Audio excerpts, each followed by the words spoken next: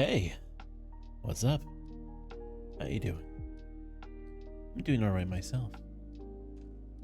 So yes. Oh, I just cracked my neck. I am here at like midnight playing games for your entertainment. I am going to be playing some Genshin because there is an event going on and I really want to do it. So without much further ado, let's just do that. Yeah, yeah.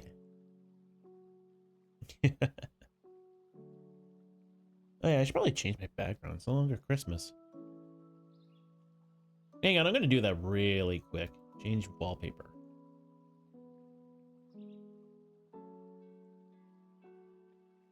Give me a second. Change wallpaper to... I should probably adjust my filters.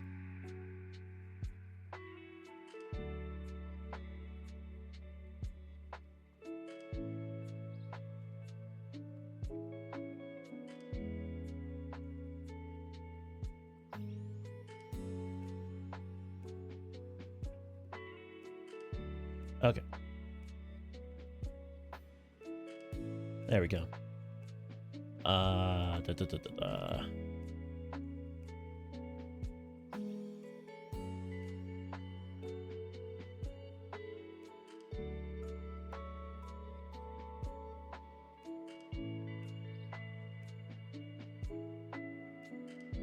One more.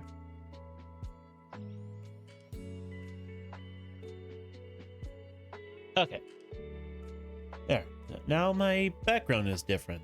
Look at that. Look at that. My background is now different. It's a lot more wintry instead of Christmassy. Nice. Anyway, back to playing video games.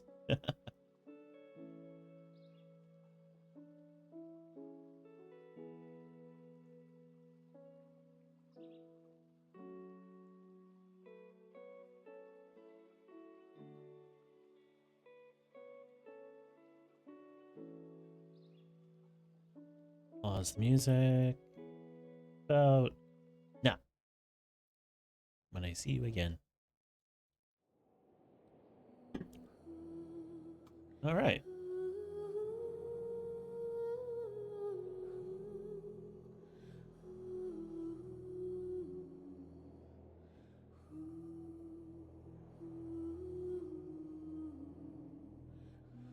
Give it a minute. It's loading.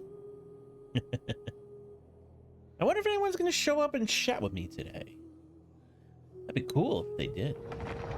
But I'm not holding my breath. It's Genshin after all. People don't really care for Genshin. At least not in my audience. Oh well. What do you do? What do you do?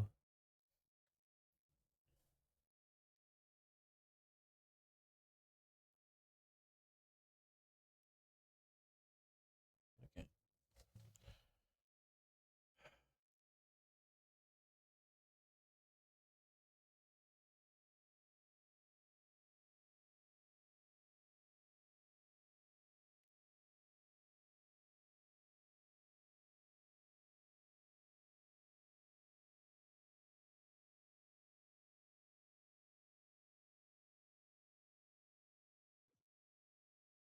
All right.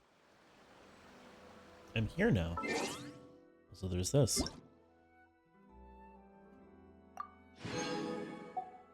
Cool. What's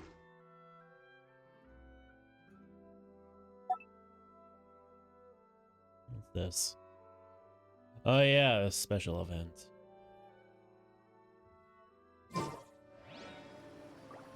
Actually, can turn down my volume a little bit. Anyway.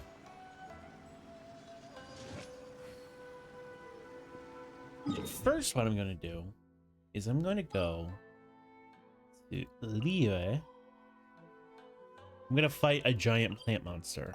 And then I'm going to do the event. Because, yes. It needs to be done anyway.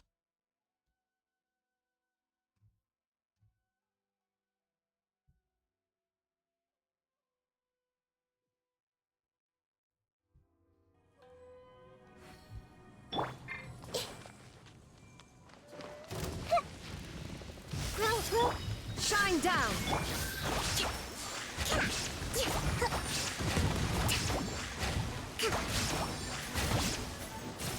Thrust and rebuild. Cascade.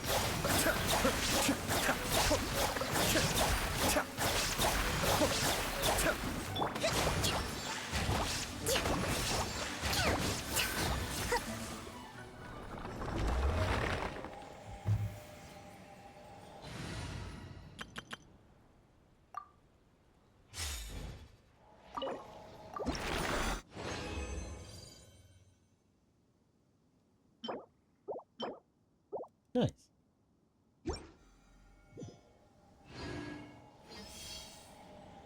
Wait a minute.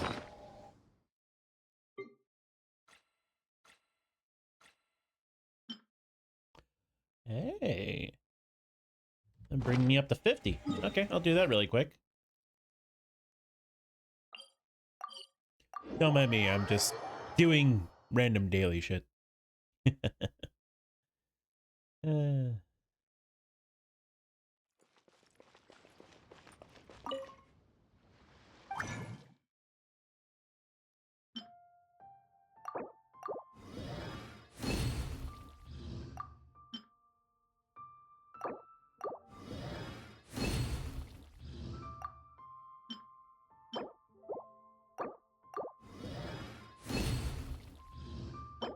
All right, just 4 more of those, and then I'm done with Pyro. That's good.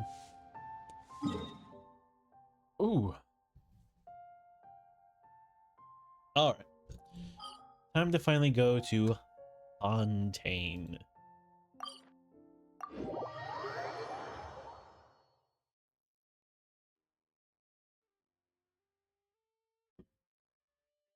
Teyvat has its own laws. What does that mean?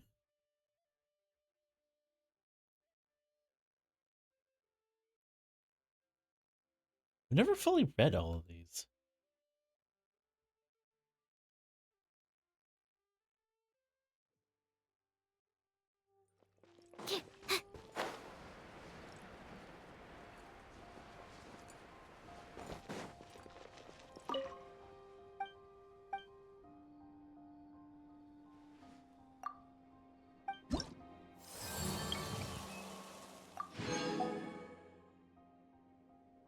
All right.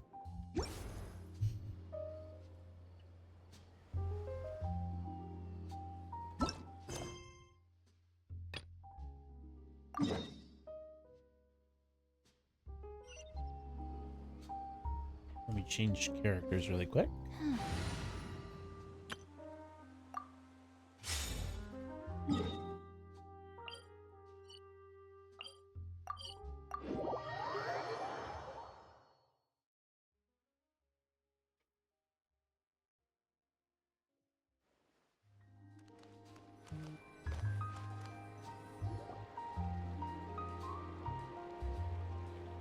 Seriously? But, Mr. Morris, I don't understand, sir. How can you only be telling me this now?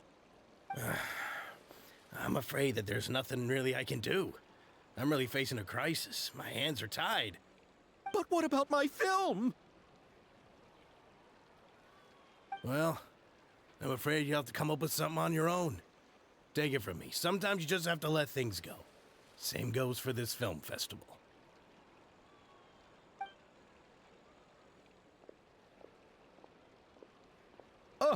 Oh. Hey, isn't that Xavier? So he's back in Fontaine now. Xavier! Oh, why, if it isn't the dear Traveler and Paimon. I really didn't expect to bump into you here at this time. It's been a while. Well, I was doing just fine until I received some terrible news just now. The investor I was working with for my upcoming film has fallen upon some hard times and is no longer able to provide the promised amount of funds. Can't you just find a different investor? Unfortunately, that's not how it works. We had signed an agreement specific to the Fontanalia Film Festival, stipulating that I cannot work with any other investors until the festival is finished. The Fontanalia Film Festival? What's that? Oh, is this your first time participating in Fontaine's Fontanalia Film Festival? Then allow me to fill you in. The Fontanalia Festival was established to commemorate the legendary Loch Knights, who went on a quest to search for the Oceanids and eventually welcomed the Hydro Arconageria. The holiday is deeply connected to the founding of Fontaine, as well as its unique laws and trials. It's one of the most important festivals for this nation. But what's with that weird expression on your face? It's like you're trying really hard to remember something. Ah, I was just trying to recall the exact description from the books, in order to avoid any unnecessary arguments over semantics. I usually try to recite things straight from the source. Well, either way, Paimon thinks she gets it now. It's just like the Windbloom Festival in Mondstadt, and the Lantern Rite in Lille. Yes, those are festivals of a similar variety. Who doesn't like a good festival? And just like those of other nations, Fontaine will hold a plethora of events around this time each year. To commemorate the Loch Knights, people will imitate them by putting on special costumes, raising golden cups, and going door to door asking for pure water. But a few years ago, Lady Farina started to find the whole idea a little drab, and so decided to change the part about pure water to sweets. Really doesn't surprise Paimon at all. The whole thing seems more akin to a carnival now, and it's quite popular among the kids. Every year you can hear a bunch of them saying, "Trial or treat." Oh, that sounds pretty fun. But how does that connect back to the film festival you mentioned? Ah, yes, it appears I've strayed off topic. I just got too excited after seeing you. Let me get back to the point. The Fontanalia Film Festival is an event proposed by the Fontaine Film Association this year. Now that film technology has matured as a medium, it's the perfect time to introduce more people to the art form. During this time, people may submit films to be evaluated, and the entry with the highest score will be given the Farina Award by the association. The what award? The Farina Award. You know, after the Hydro Archon. They coined it while Lady Farina was still in power, but even though things have changed, no one has made any motion to update the name. Perhaps everyone still thinks of it as a pretty appropriate name. Even though she isn't the Hydro Archon any longer, Lady Farina is still Fontaine's superstar. Anyone with eyes can see the way she shines on the stage. Huh. Alright. Guess the name does work pretty well when you put it that way. Yeah, actually. Oh, but who would have guessed there'd be an issue with the funding? How will I ever explain this to Miss Chiori? Not to say all the other actors who traveled all the way here from Inazuma. Chiori? Sounds familiar. Where have we heard that name before? He runs the clothing store in the Court of Fontaine. Yes, that's her. I asked her to oversee the event's art direction, including the design of the actors' costumes and appearances. Oh, Paimon remembers now! Navia said that her clothes were designed by Chiori, and Kirara's outfit too! How to describe her? Well, she tends to be pretty direct and can be very forceful when it comes to dealing with people. The fashion world in Fontaine has dubbed her the Thundering Seamstress. Her remarkable designs have led many Fontainians to become very interested in Inazuma. Anyway, Chiori is acquainted with all the actors I've invited from Inazuma. Without her help, I don't think I would have been able to get such an international cast for the film. She really is a kind soul. Who are the actors from Inazuma? Do we know them? Why don't the two of you accompany me to the Aquabus station to welcome them? Judging from the time, the Aquabus should be arriving shortly. Chiori will be waiting to meet me there as well.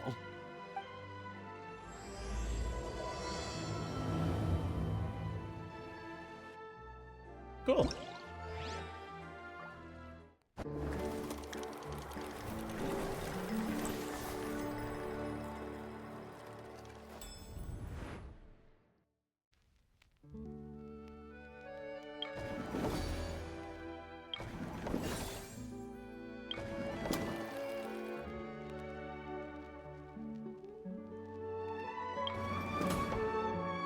Interesting.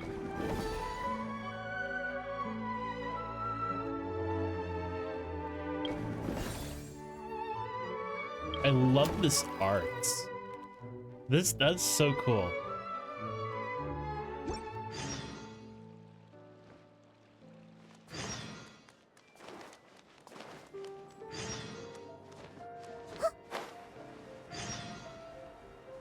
I'm really gonna focus on the let's take a look here. What are we gonna get? Okay. I'm surprised there's no crown.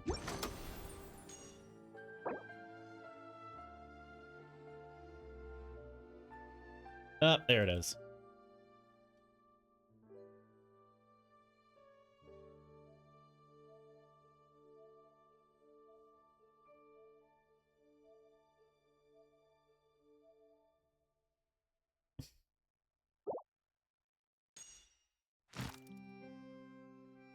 Oh. Oh, there's a recipe. Nice.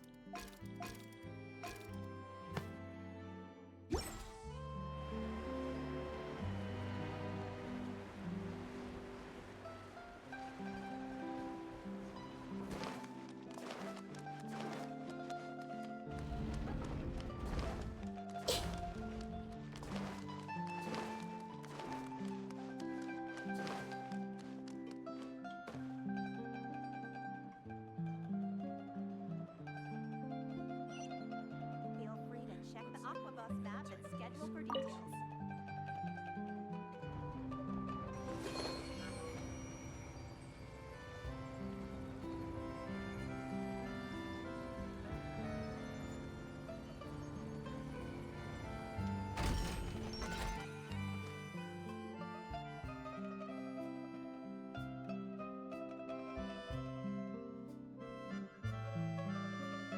So this is Chiori.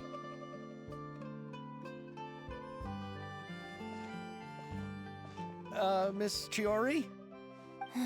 Your talk with the investor sure went fast. The Aquabus hasn't even arrived yet. Oh? And who are they? Allow me to introduce you. This is the Traveler and Paimon. Pleased to meet you. Likewise! We've heard the owner of Chioriya Boutique is a skilled seamstress, so it's a real pleasure to finally meet you in person. The way Navia's wardrobe came together is really exceptional. Why, thank you. I strove to create an outfit that matched her high social station as the demoiselle. So tell me, what happened? I can tell the conversation didn't go quite as expected. Well, it's like this.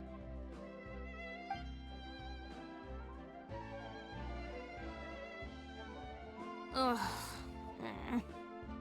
I know, Chiori, you don't have to say it. You did remind me that this investor was a little bit sketchy. Yes, there's no doubt about that. But how could I pass it up? He offered me twice as much as the others. And therein lies the problem. Yes, but just put yourself in my shoes. After obtaining such an excellent script, it's only natural that I would want to make the most of the film. The budgets that the others had proposed were nowhere near enough.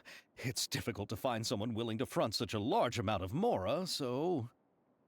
Don't be sad, Xavier. We might be able to help scrounge up some more together for you. Yeah, we only got like thank you, Paimon. That means a lot to me. 50,000 more on But us. the cost of the film is staggering. I'm afraid that any mora we can scrounge together in a short amount of time won't even be able to cover the actors' fees. We need to move on. What's happened has already happened, and there's no changing it. But now's not the time to give up. What? You're saying that you have a plan?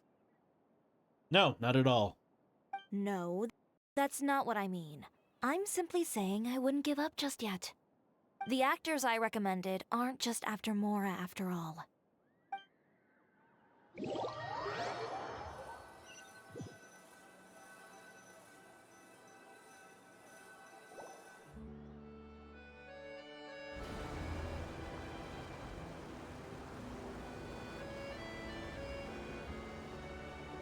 Really? Then where do you live? We Malazines live in Mercy Village. The only way to enter is from underwater. Oh, you must be pretty tired after work every day, right? I mean, you have to swim all that way just to go home. We are so thoughtful. But some Malazines choose to live in the Court of Fontaine because it's so much more convenient. This is our stop. Oh, we've arrived. But I haven't even finished chatting with Abel yet. I also enjoyed Aval's introductions to Fontaine along the way. Everything you described was so clear and detailed that we can't help but want to hear more. Thank you so much. I'm usually working here on this aquabus, so I hope I'll have the chance to see you again. There are still many more places I'd like to introduce to you.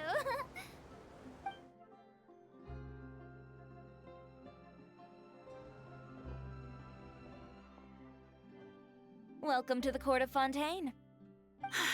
Chiori, you sure have changed a lot. This is the first time we've seen you since you left Inazuma. I haven't realized it's been so long.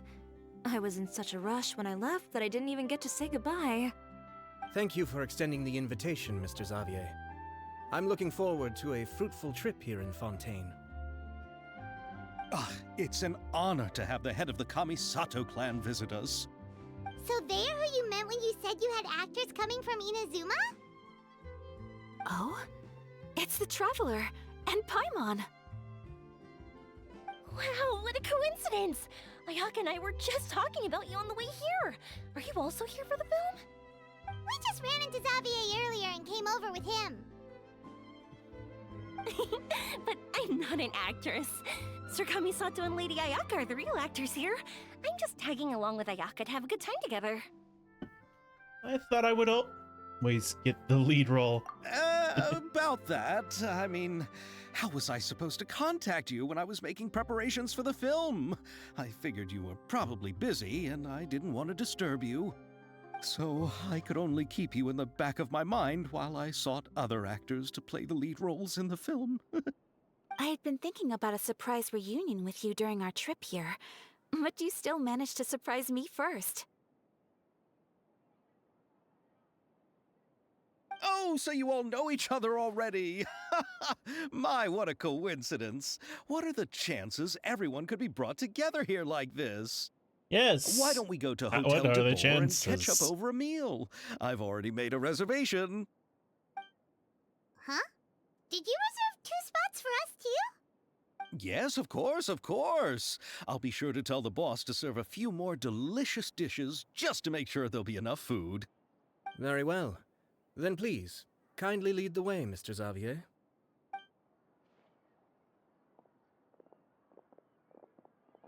And then we all just wordlessly walk straight there. We don't say a thing. We don't even look at each other. We're just narrowly focused on getting there. Wow, the buildings in Fontaine are so tall. Just look at how big they are. And there's the fountain that Aval mentioned earlier. It really is a magnificent sight. And look at that huge spinning sphere. Where does it get its power? Wait a sec. Could it be one of those clockwork mecha we've heard so much about?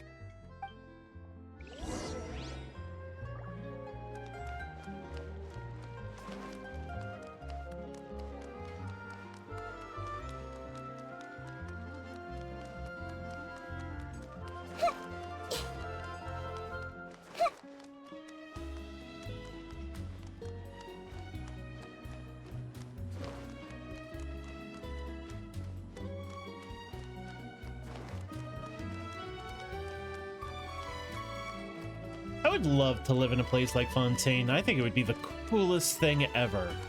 Honestly.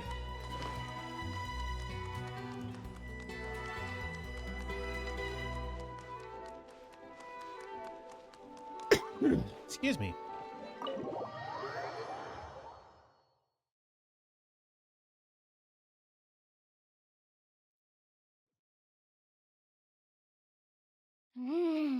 So this is what food from Fontaine is like. It sure is different from what we have in Inazuma. How should I describe it? It seems like you have to go through a lot more steps to make them. And the flavor has many layers too. Yes. When I first went to Inazuma, I actually thought the food there tasted a little too bland. It took some time for me to get used to it. Let's get back to the purpose of this trip for a moment, shall we? How have preparations for the film been coming along, Mr. Xavier? Well, I've already assembled most of the film crew, a lighting specialist, a prop manager, and a costume designer. I've also bought the copyrights from the novel's author. Oh, it's called The Two Musketeers, right? I read the script you sent me on the way here. The story is pretty good. Originally, I was planning to start filming as soon as Sir Kamisato and Lady Ayaka arrived in Fontaine, but I'm afraid I've run into a bit of a problem. Oh? What is it?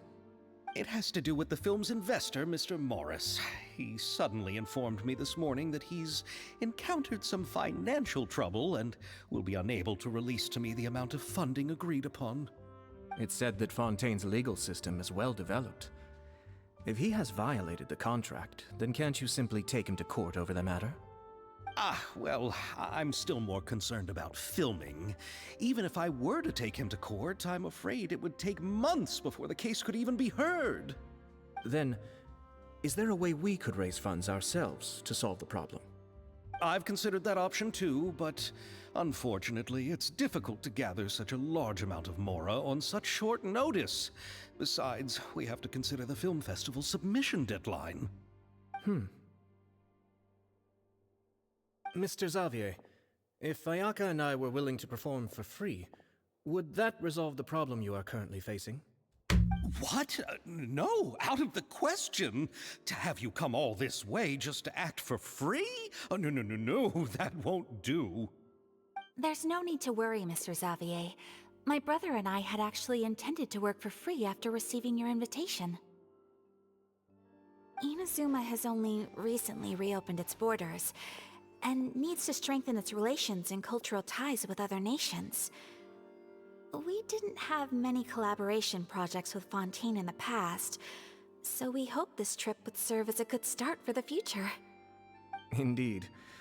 You could say that's the real reason why the Yashiro Commission agreed to come to Fontaine. I understand, but having you two act for free just doesn't seem right. Not at all. While we're officially here to conduct a cultural survey of sorts, we must express our sincerity if we want to establish formal cultural ties with your nation. This film will serve as proof of friendly cooperation and cultural exchange between Inazuma and Fontaine. It's my hope that the film can be finished and released as smoothly as possible. If you still don't feel comfortable with this arrangement, I would also be more than happy to be introduced to some other renowned individuals in Fontaine's literary and artistic circles. All right, I'll do as you say. Thank you so much. I'll make sure to cobble together enough mora now, even if it means selling my house, my camera, and every single family heirloom. Come on now, no need to go that far. I'll also help you out as a brand sponsor. We'll help too. Just say that you got our contribution from some special friends. Me too. Even though I didn't bring much more to spend on this trip, it's still better than nothing. You are too kind, all of you. I really don't know how to... Ew. Alright, enough about that. Now that we have Xavier's savings, my support, and 2 leads who are willing to act for free, I think we will be able to make this happen. So, instead of Mora, you'll help with filming and production. Oh, but how can we help with that? We don't know much about making a film. Alright, pull yourself together, Xavier. Tell us if there are still any open positions left among the crew. All right. Let me think. We still need a camera operator, a clapper loader, and someone to manage logistics. I originally wanted to personally serve as director, but I've been too busy working as the producer. So the positions of director and director's assistant will also need to be filled. Paimon knows what the director and the logistics support person do, but what's a clapper loader? The clapper loader is responsible for using the clapper board to record and organize the information of each shot when the camera operator begins shooting. The work requires both patience and careful attention to detail. A clapperboard? Oh, you mean the thing they hold that goes clap whenever they start filming? Yes, that's right. Are you interested in that job? For sure! Paimon's always wanted to try that. All right, then you'll be our clapper loader. I can find someone from the store to help with logistics. What do you think, Xavier? Oh, fine by me. As for our camera operator, I was thinking of letting the Traveler take the role. Oh, she's great when it comes to using a camera. Paimon can't even count how many things we've taken photos of during our journey. Yes, that's also what I was thinking. I noticed the Traveler had an eye for photography and composition when we worked together previously. I'm sure that's due to the traveler's journey across Teyvat and all the places they've seen. After so many adventures, using a camera must be second nature by now. What do you say, Traveler? Are you interested in the job? As long as I'm able to help. Thank you. It really means a lot to me. Come on, friend. Let me give you a big warm hug. I think we'd better get to work. So all that's left for us to find is a director and an assistant. Oh, me! I want to be the director's assistant. All we need to do is help the director, right? I can handle that. All right, then all we need is a director.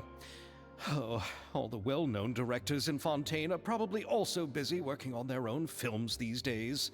I'm not sure who will have time to help. Oh, Farina helped out a theater troupe recently by serving as an artistic consultant. She could be a good director, right? Besides, it's not like she has anything else to do right now. Farina? Do you really think Lady Farina would be willing to help us with our humble project? Isn't that the name of Fontaine's Hydro Archon? My brother has already informed me about what happened here in Fontaine. Yep, that's her. She helped out a theater troupe not too long ago, and now she's taking up work as a director. Well, I saw that musical. Her performance was perfect, and the storyboards were also excellent. Don't let her former identity intimidate you. She's the best candidate we can think of right now. You'll never know until you give her a shot. Fine. You're right, Shiori. I'll do anything for the sake of my film. Anything! Then I'll have to ask the Traveler and Paimon to show me the way to Lady Farina's residence. I just hope she'll agree to help. Do you need us to also come along? No, there's no need to trouble you with this. Besides, you've just arrived in Fontaine, and I'm sure there are many places you would like to visit. Just leave this task to me. It's part of my duties as the producer. Very well. Then we'll be waiting to hear the good news. I'll go with you. By the way, you might want to consider bringing a gift. And don't worry, we won't simply drop you off at Farina's place. We know Farina pretty well by now, so having some familiar faces there should help your chances. Besides, the whole thing was our idea in the first place. All right, then I'll start making preparations. As for the gift... A gift for someone who was once seen as the Hydro Archon. I wonder what she would like. I recall that Lady Farina once fancied a clockwork ring, so perhaps I should get another exquisite clockwork contraption for her. Huh? Can't we just bring some desserts, like the Fontinalia mousse? But wouldn't that be a little too cheap? She does like desserts, though. Isn't the Fontinalia festival happening right now? I heard Abel tell us on the Aquabus that Farina introduced the tradition of going door to door and asking for sweets. To do something like that, she must have a real sweet tooth. I agree with Yoimiya. If the gift is too fancy, it might actually make her feel more uncomfortable. Alright then, let's go buy some Fontinalia mousse.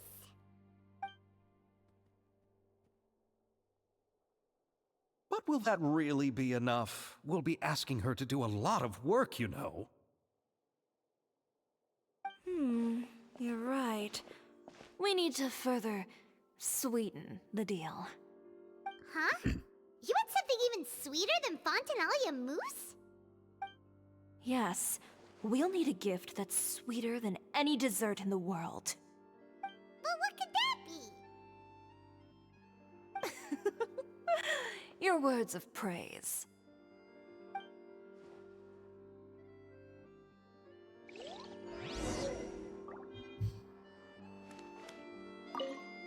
You go ahead. No need to worry about us. Oh, I hope Farina will like the gifts we prepared. Oh, and if you still think we should get something else for her, just let me know. I should be able to make some fireworks.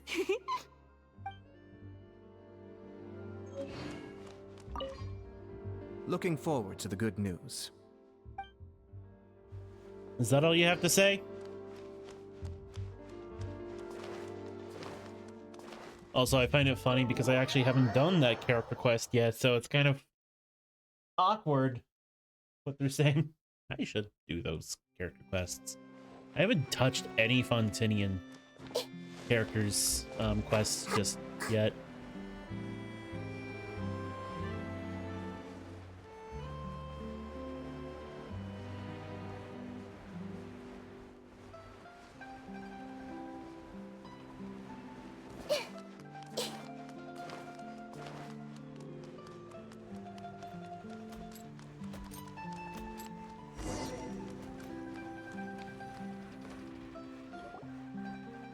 We're here! This is where Farina lives. Okay, I'll go knock on the door.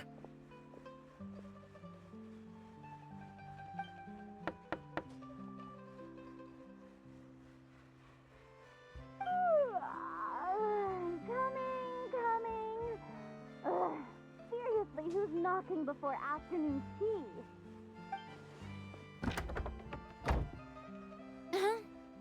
Who are you? Lady Farina, please allow me to introduce myself. I am Xavier, a film director. Hello. Oh, is that the traveler in Paimon I see behind you? And who's this? I'm Chiori. Ah, the one from Chioria Boutique. Hello. So, what are you all doing here? Do you need something? Did you just get up, Farina? It's already past noon, you know. Hi, Mon. Huh? Oh, Paimon means the weather is so nice in the afternoon and the sun is so warm. Just like how you make us feel. Sleeping in late is a really smart idea. A little too far. No.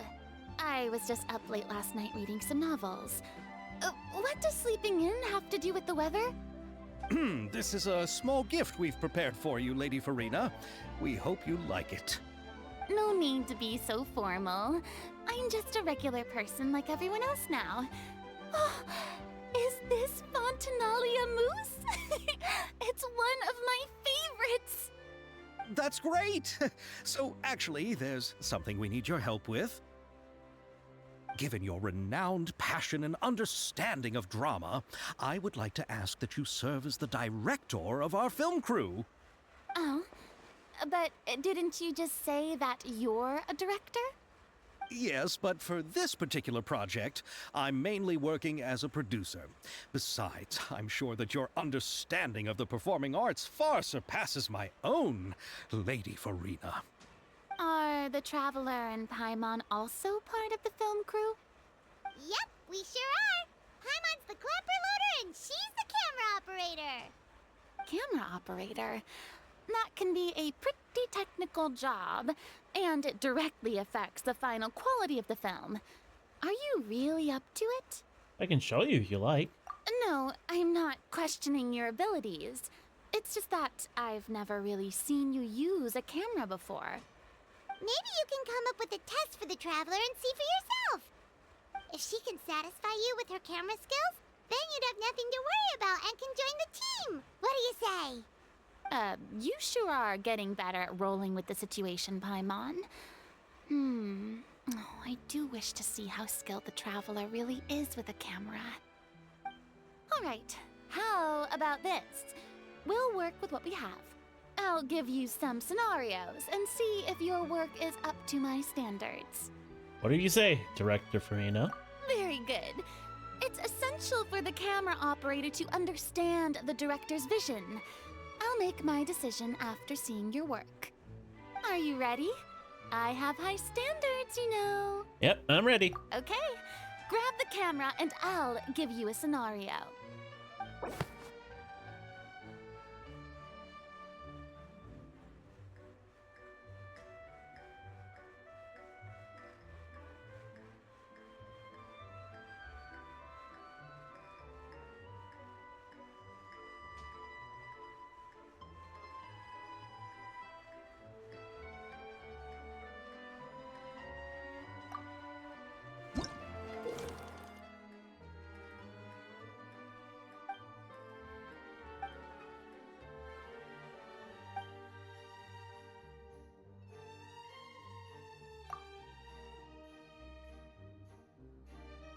Located in the Greyfontaine workshop is a weapons forge. Utilizes a forge machine.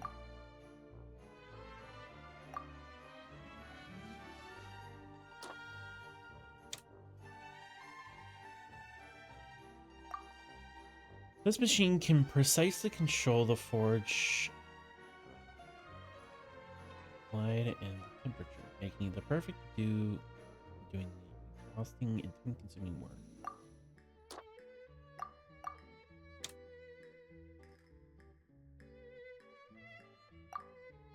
Thanks to this machine, the owner of the workshop can comfortably enjoy it each day at work.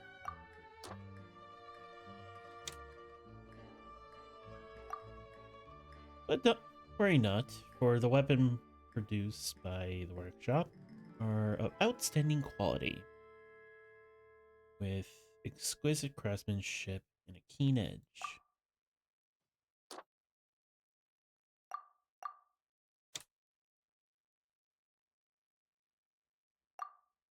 If weapons are what you want, look no further than here.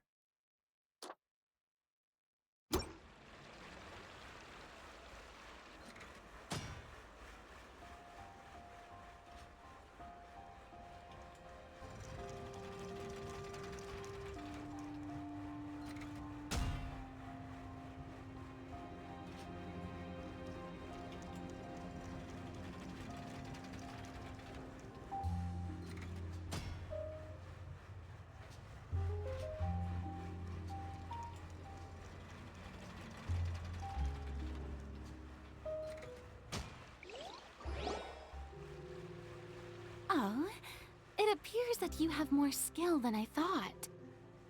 All the shots had a great composition, and I could really feel a connection to the characters and their lines. So, what's the verdict? Yeah! Does that mean you agree to be our director, Farina? Did you think I would agree just like that? After our performance of The Little Oceanid, I've begun to make a name for myself again, you know. In fact, I've already had several troops approach me for the Fontanalia Film Festival. Unfortunately, the scripts were all pretty boring and didn't pique my interest. If others were to find out I agreed to work with you so easily, then, well... Hey, but didn't we have a deal? What else do we need to do to convince you, Farina?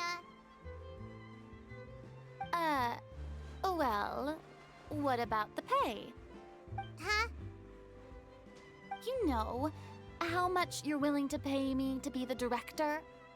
The pay is also an important factor for me to consider, you know. Well, I can offer you this much? What? That's all? If Nervilat were to hear of this, he could charge you with underpaying your labor. I'm sorry, but our crew is in a tight financial spot at the moment. I see. Well, even though it's highly unlikely now that I'll join your crew, there's still something I'd like to ask. Exactly what film are you planning to make? Our script is an adaptation of The Two Musketeers. Wait, you mean the suspense thriller novel that was a #1 bestseller? Oh, so Farina's read it too. Of course I read it. I've always had a keen interest in artistic works that strike a chord with the populace. I see. It all makes sense now. You must have used most of the budget to pay for the copyright. Not really. The novel's author transferred the copyright to me practically for free once he heard that I wanted to make a film adaptation of the story. The lack of budget is due to another issue. He probably just wants to get his name out there. So, Mora isn't the most important thing to him right now. It reminds me of a delivery courier who wears one of my designs while traveling all across Teyvat. I didn't charge her much for the outfit either. The exposure she provides for my brand is well worth it. So, are you a big fan of this story, Farina? Well, it's alright. The pacing of the story is good, but the character relationships could use some work. When I was reading it before, I always felt like some things were left on a rather unsatisfactory note. I have high standards, you know. Ahem, Mr. Xavier, if, hypothetically speaking, I agree to be the director, how much freedom would I have in terms of script revisions and creative interpretation? As much freedom as you would need. I wouldn't dare doubt the tastes of Fontaine's greatest star. Good. Then I'm free to alter the script as I see fit. Absolutely no problem. Now's your chance to make a film that you love. All right. It seems that your crew really can't go on without my care and direction. So, you agree? Yes, I agree.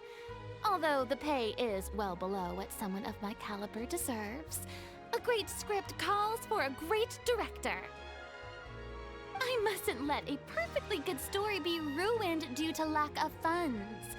If you have fine cheese and bread, you wouldn't just let it sit on the counter and get moldy just because you lack an oven, right? Thank you, Farina.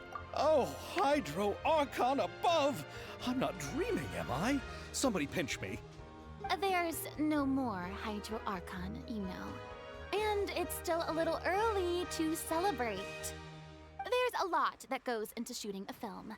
Although the trickiest tasks of finalizing the script and casting the actors have already been taken care of, we'll still need to reserve filming locations.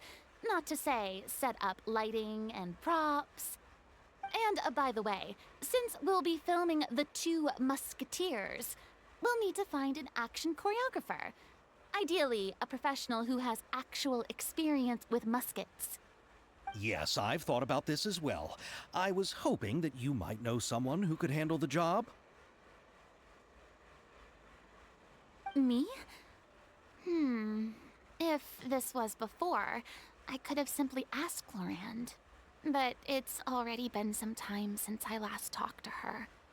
Navia can also use firearms, but unfortunately, her style is quite different from that of the characters in the story. Could we ask the Special Security and Surveillance Patrol? Oh, you mean the Special Patrol's Musketeers? Yes, that's right. They work with muskets every day. I can't think of anyone more qualified than them. They would be under Nervilette's jurisdiction. Unfortunately, I, don't have any connection with them at all. So, in the end, we still have to start by talking to Nervilette. No need to go to all that trouble. I know their Captain Chevres. Oh, you do? Wait, Chiari, how do you know the captain of the Special Patrol's Musketeers? No particular reason. Running a business means dealing with some trouble from time to time, and she's helped me out on a few occasions. In return, I've helped her handle a few situations in which the Special Patrol couldn't get involved directly. So, we've gotten to know each other over time. So you're saying there's been times when the Special Patrol needed a fashion designer to handle a situation? Your work is becoming more and more mysterious. It'd be best to keep it that way. Anyway, enough about that. What do you all think about asking the captain to be our musket action choreographer? She sounds professional enough. She is a captain after all. I have no objections. But I imagine the Special Security and Surveillance Patrol must be busy with their duties. Do you think she'd really have time to help with shooting a film? And then there's the issue of pay. Well, it just so happens that she's also not the kind of person that's just after Mora. As for whether she has time, I'll have to go and ask her first. Then I'll leave that to you. Macaroni's on sale today, so I've got to go. You can just tell me how things went when we discuss tomorrow's plan later. No problem. Having Farina join feels like a big boost to our team. Of course. Just wait until the day of our premiere. You'll witness the true power of my name in these lands. You'll be so glad I agreed to help. I can guarantee that even the standing tickets will be sold out. I'll be sure to ask some people I know to see if they'd be willing to act as extras. Seems like you're finally getting more comfortable with your own reputation now. I didn't ask for the Clapper Loader's commentary, Paimon. I can't wait to see your film's premiere. Then let's get going. I happen to know where Chevreuse is today. By the way, I'm curious. If my pay is so low, then what about our two lead actors? Didn't they travel here all the way from Inazuma? Actually, they told us that they see the trip as part of a cultural exchange, so they didn't ask for any pay. What? So is every person in Teyvat who doesn't want money gathered here to shoot this film? Don't tell me Chiori isn't being paid either. I already knew Xavier from before, and he's also agreed to give my brand some good exposure. It seems the gods have really smiled upon you, Xavier. And that certainly doesn't include me, mind you.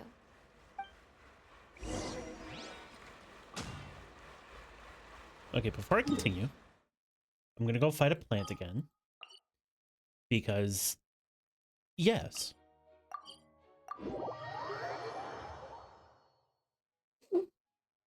Excuse me. Oop, wait.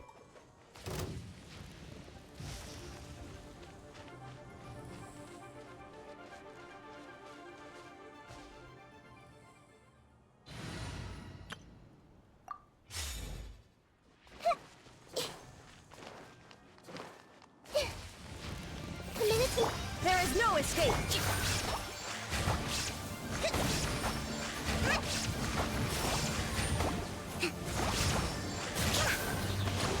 Be still.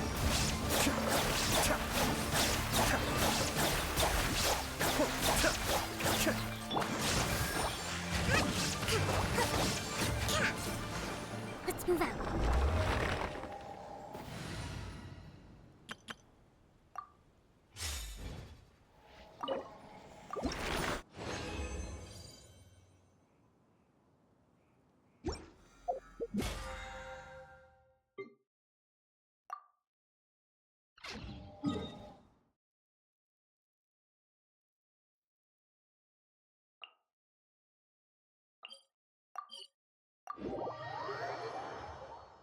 One second.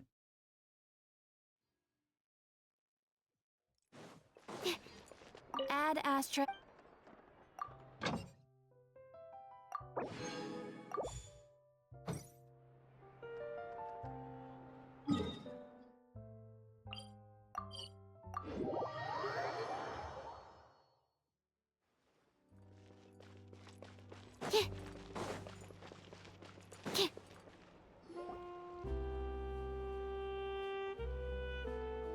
All right, this is the place.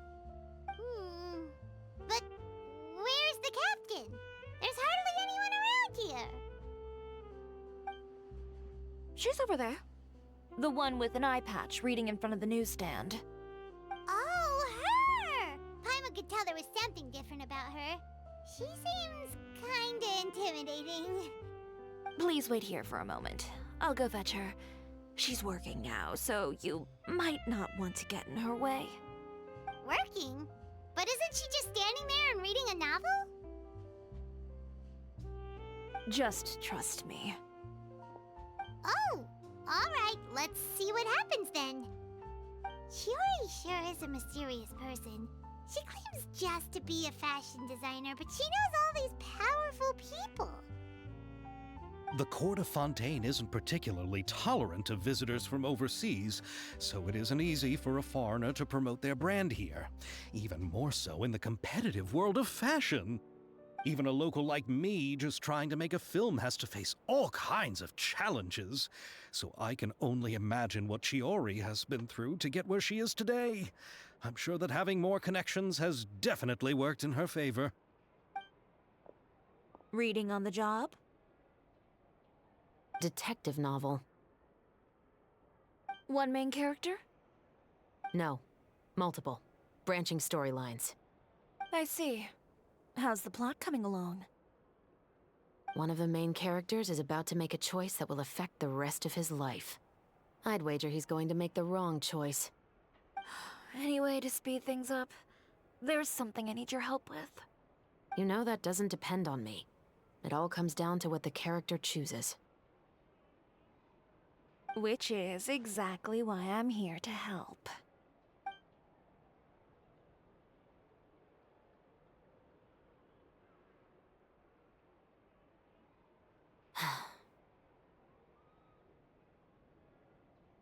All right. It appears he made the wrong choice in the end. Halt! Huh? What's going on? Hand over whatever you're holding. Oh, it's just a book. I didn't buy anything else. Then I'm sure you wouldn't mind letting me have a look. Excuse me, officer. I don't mind you standing around here, not purchasing anything, but I'd prefer if you didn't disturb my customers. It's bad for business, you know? Don't give me that act. You won't be able to get off so easily either. I am Shavras, captain of Fontaine's Special Security and Surveillance Patrol. I will say this one last time. Hand over whatever you're holding at once. And before you do anything unwise, let me remind you that I'll have you on the ground before you can even think about making a run for it. All right. I'll give it to you. But please let me say something first. If there's any contraband in that book, then the shopkeeper here is the one who slipped it in. I don't have anything to do with this. Why, you trying to leave me on the hook, huh? You were the one who said you wanted it. Save it for the interrogation room.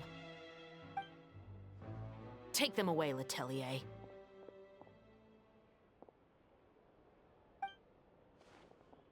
Damn. What's going on here? One second you're reading a book and the next you're escorting people away. And who are... Oh! Aren't you the traveler who's been all over the papers recently? Chiori, I'm assuming what you wanted to ask me about has to do with them, right? Maybe I can let you in on what's happening then. Now that Vacher has been brought to justice, no new shipments of synth will be made and distributed to sellers. The Fontaine guards have been busy collecting the remaining synths still circulating on the market. Thanks to a tip from our reliable source here, this should be the very last batch. Oh, so you were pretending to read a book in order to catch the bad guys. Oh, Paimon almost forgot to introduce ourselves. Paimon is Paimon, and this is the Traveler and Xavier. Hey, I'm Shavras. You probably already heard me introduce myself, so I won't bother repeating it. Why didn't you just arrest them immediately? Yeah, why didn't you make a move as soon as you had the chance? Were you worried that my intel wasn't accurate? No, I wanted to see if the shopkeeper would turn himself in first. All he had to do was come up to me and say that he didn't know where the synth had come from. If he did that, then I wouldn't have had to press charges on him. He had the whole day to turn the synth over to Shavras. But instead, the moment I came up and blocked Shavras' line of sight, he took the opportunity to sell it off. Yep, he made the wrong choice. even though the right choice was right there in front of him. But you knew they wouldn't make the right choice. Yeah, I knew. I was just hoping I'd be wrong for once. Enough about that, though. What did you want to ask me about? Oh, you see, it's like this.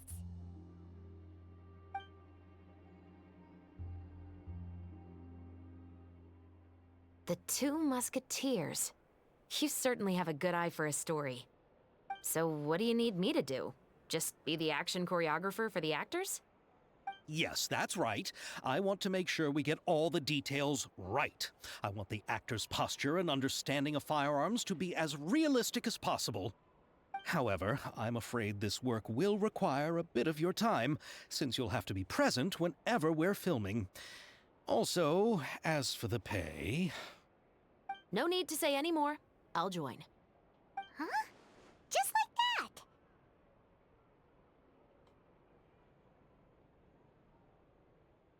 that? Really? You're willing to help us with our humble film project? Sure, it's no big deal. As I said, we've wrapped up our investigation here, so I don't have any other tasks on my plate for the moment. Besides, I personally really like this novel. I even have the collector's edition at home. Stories where justice prevails over evil never get old for me. Then we've got a deal? Yes, I'll see you on set tomorrow. Oh my! I can hardly believe it! I should tell Lady Farina immediately. Oh, and I must tell the prop manager and lighting technician to get everything ready. We start filming tomorrow! Calm down, Xavier. The film is going to take more than just a day to finish. Still, I should also head back now and start preparing the actors' costumes and makeup. Alright, guess that's it for today then. Traveler, Paimon, please stay for a moment. I have something to tell you. Then I'll take Xavier back. Poor thing. He's so excited that he can't even walk straight anymore. I don't want to spend our first day fishing our producer out of the fountain. See you tomorrow. Yep, see you tomorrow.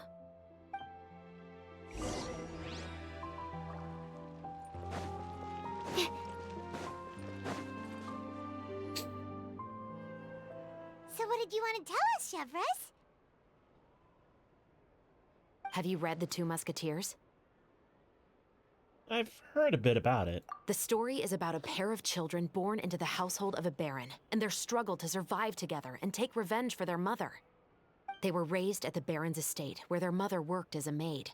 The two were illegitimate children that the baron had with the maid, so they were never treated well by anyone.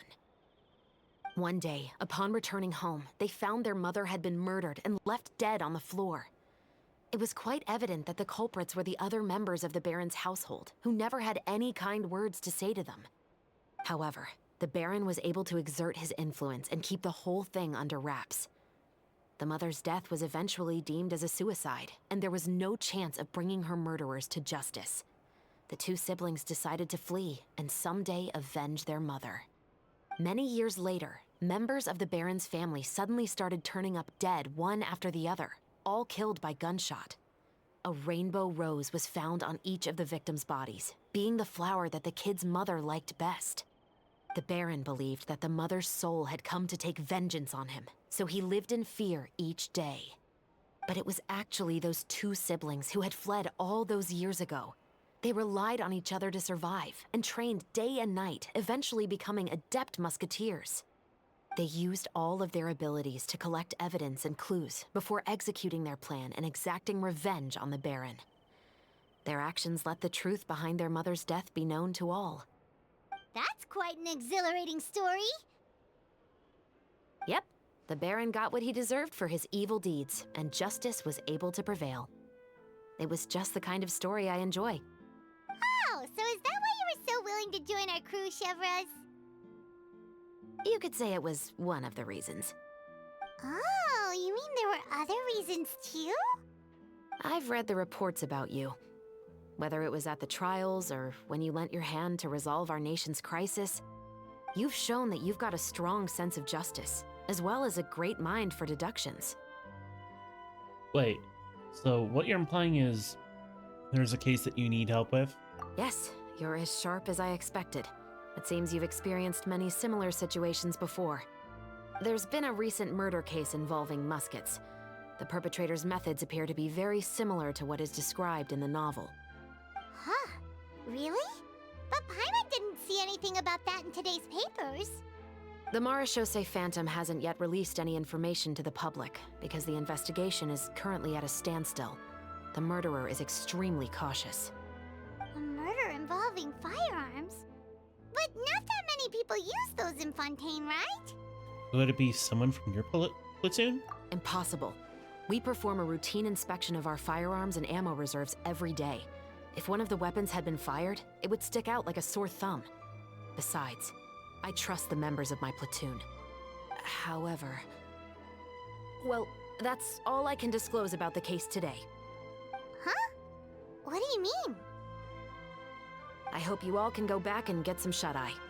You can decide tomorrow whether or not you'd like to join the investigation with me. I'm aware this might not be the ideal time to add more to your plate, but the more capable people we have, the better the chances that justice will prevail. Can't someone from the Special Patrol help you investigate? Carrying out investigations isn't actually supposed to be our responsibility. Our job is to apprehend the perpetrators. Finding them is really up to the Marechaussee Phantom. You could say I'm taking part in the investigation out of personal interest. I don't want people to see muskets in a negative way, and also, I'm concerned about the similarity between the crimes and the story. You mean they might be connected somehow? I suspect so. Just to make myself clear, this is not an order, nor is it a deal of any kind. It's a request, nothing more. If you two have any interest in the case after we finish filming tomorrow and are willing to assist me, then I would be most grateful. What do you think, Traveler? Let's give it some thought tomorrow. Yeah, you're right. Paimon's getting a little tired too. We've really been hustling all day. You'd better head back and get some rest. It's good to keep a calm mind, especially when you're about to make an important decision. Otherwise, when the moment comes, you might end up like that shopkeeper and not even realize that the right choice is right there in front of you. All right.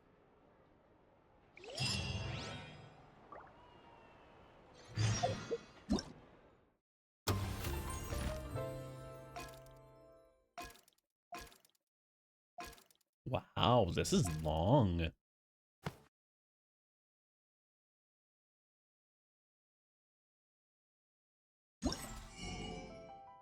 Jeez. This may take a minute.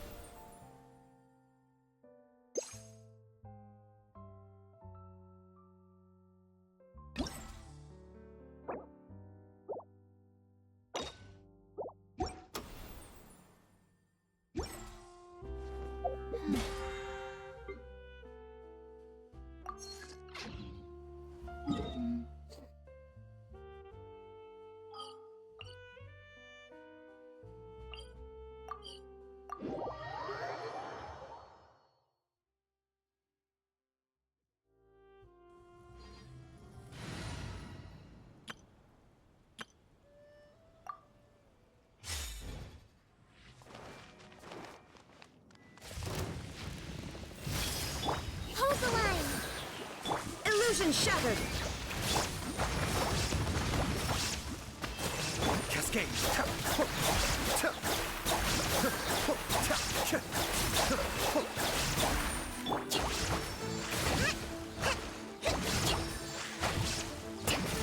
Be still.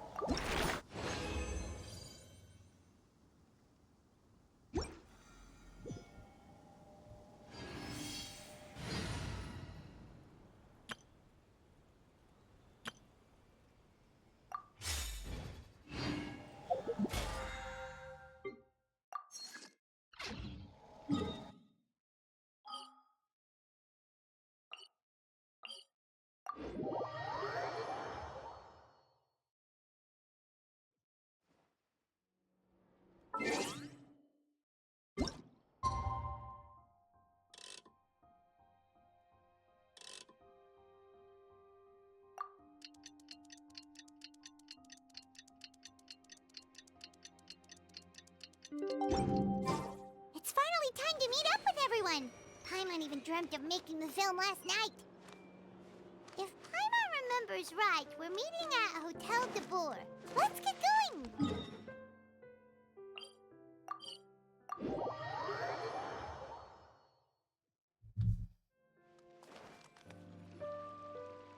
Ayaka! Yoimiya! You're already here!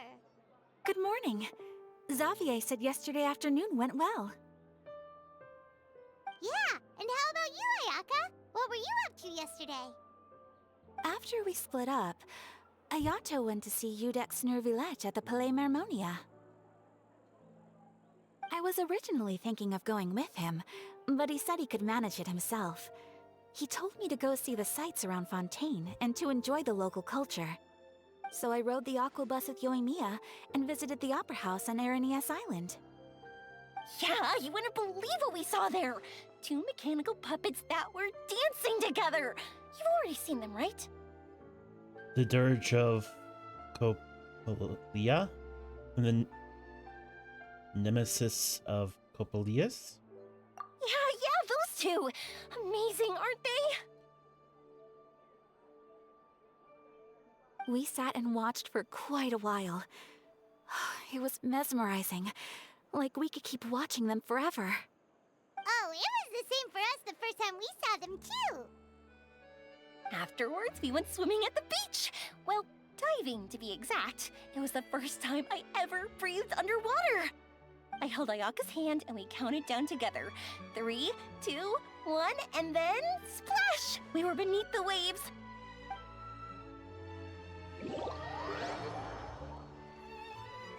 Are we going there? Okay.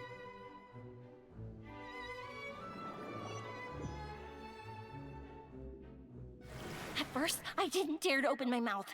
But once I couldn't hold my breath any longer, I decided to take a big breath in.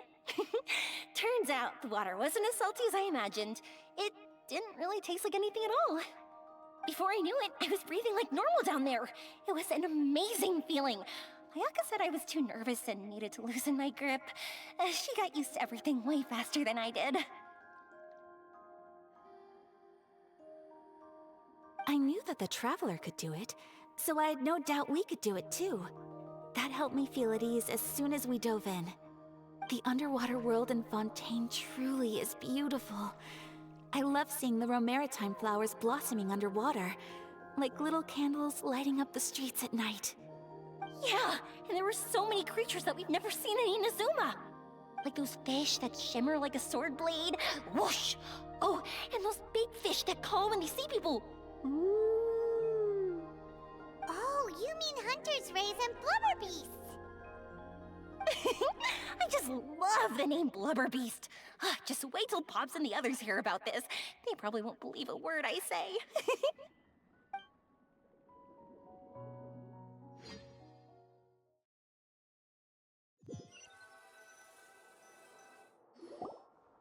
Yoimiya was down there for quite a while. It was dark before we finally rode the aqua bus back to the city. I figured she'd want to sleep in today.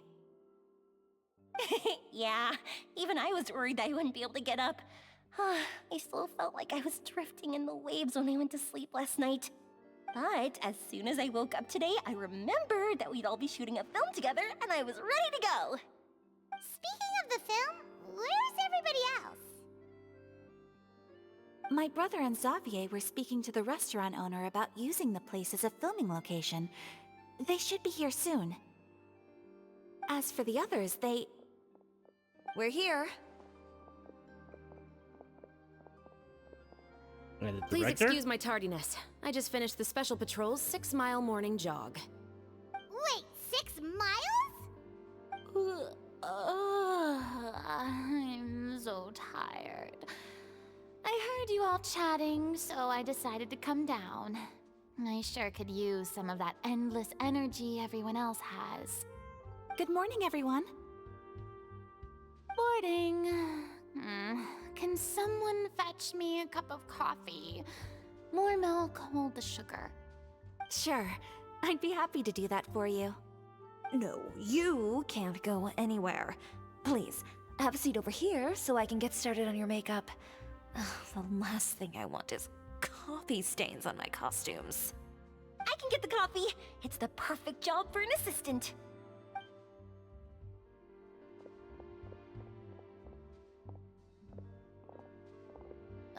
So much energy. Seriously, what's her secret? Oh, Yoimiya's always like that. But you sure look exhausted, Farina. It's because you're not used to waking up so early, huh?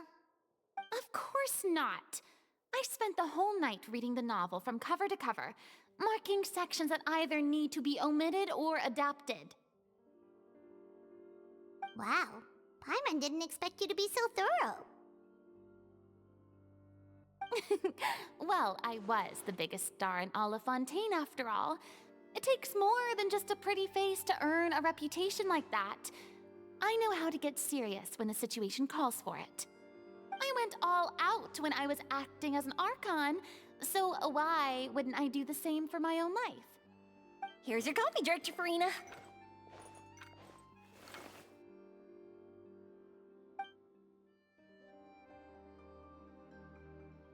Oh, thank you. The sound of being called director and the aroma of coffee feels almost as refreshing as hearing the birds chirping in the morning. Ah, it seems everyone has managed to arrive on time.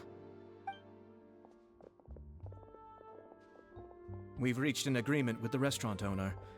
We are free to use the second floor to shoot our film. Really? That's great!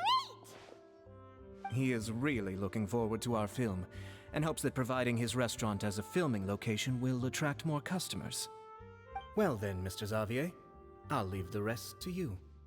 Okay, That was a thanks. different audio pickup. First, I'd like to introduce our new members. This is our prop manager, Veronique. She'll be in charge of all the film's props and items. And this is Bonneau, our lighting technician. He'll be in charge of lighting and illumination to set up each scene's atmosphere. Wow. Sure feels like we have some real professionals joining the crew now. First of all, please allow me to first express my sincerest gratitude to everyone in the crew. When my investor informed me yesterday that he wouldn't be able to provide the funds, I really thought that this was the nail in the coffin for this film. I had no idea that I'd find so many people willing to help me on such short notice. Thank you. Thank you all from the bottom of my heart. No need to be so cordial, Mr. Xavier.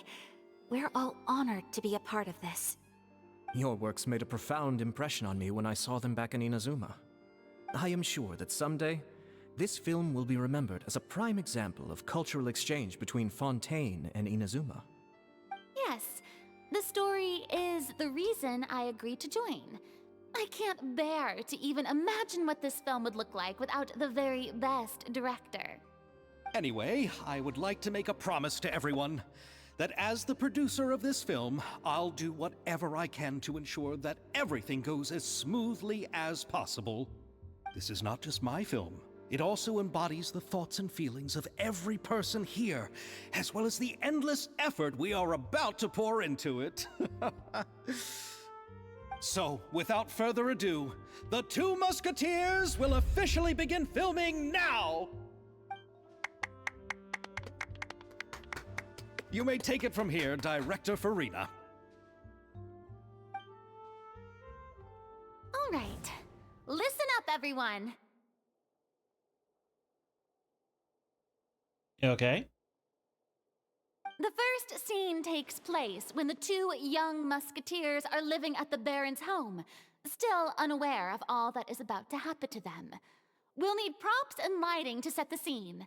Our lead actors can go get their makeup done, and extras, please take this time to go over your positions. Whoa. Seems Farina's really kicking things into gear as the director. Is everyone clear? I don't want anyone traipsing around the set like umbrella finches. All right, cameras will start rolling as soon as the set is ready.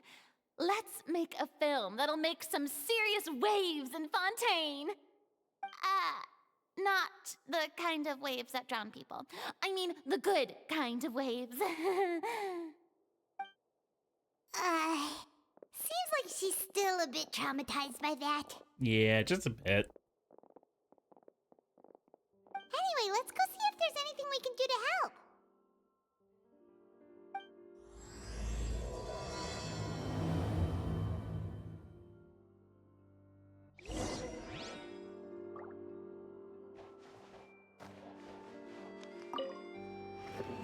How about here? A little more to the left. You got it. Hey, Yoimiya, do you need a hand? No, I'm fine. You know, doing the lighting is kind of like designing a fireworks show. It's interesting to imagine what kind of atmosphere the lights will create. I heard that the Traveler will be operating the camera and Paimon will be the clapper loader, right? Those roles are just perfect for the two of you. Really? Is that because it'll be easy for Paimon to hold the clapperboard while flying? Well, sure, there's that, but that's not exactly what I meant. I just think that after all your journeys together, you two must have developed a super close bond and just naturally know how to work with each other. If I'm not mistaken, the director will want the cameras rolling as soon as the clapperboard goes clack. Actually, we start loading before that. The clapperboard just edits out and gets edited out in post-production.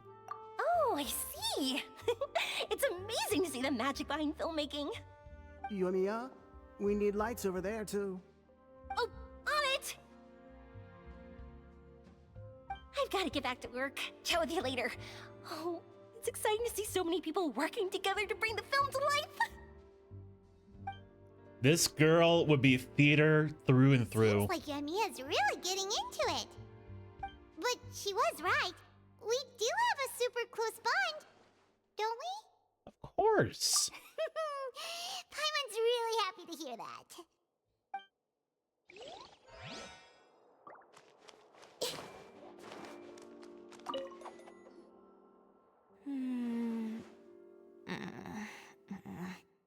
Ayaka has mentioned you to me before. She said that you two were great friends when you were kids. No talking. I'm thinking about how to do your eyeshadow. Ah, yes. To help me really look the part. To achieve a more young and naive look for this scene. Are you saying the wrinkles around my eyes are too deep? You just have too much of a calculating look in your eyes. You sure don't mince your words. It seems you really haven't changed much. Quiet.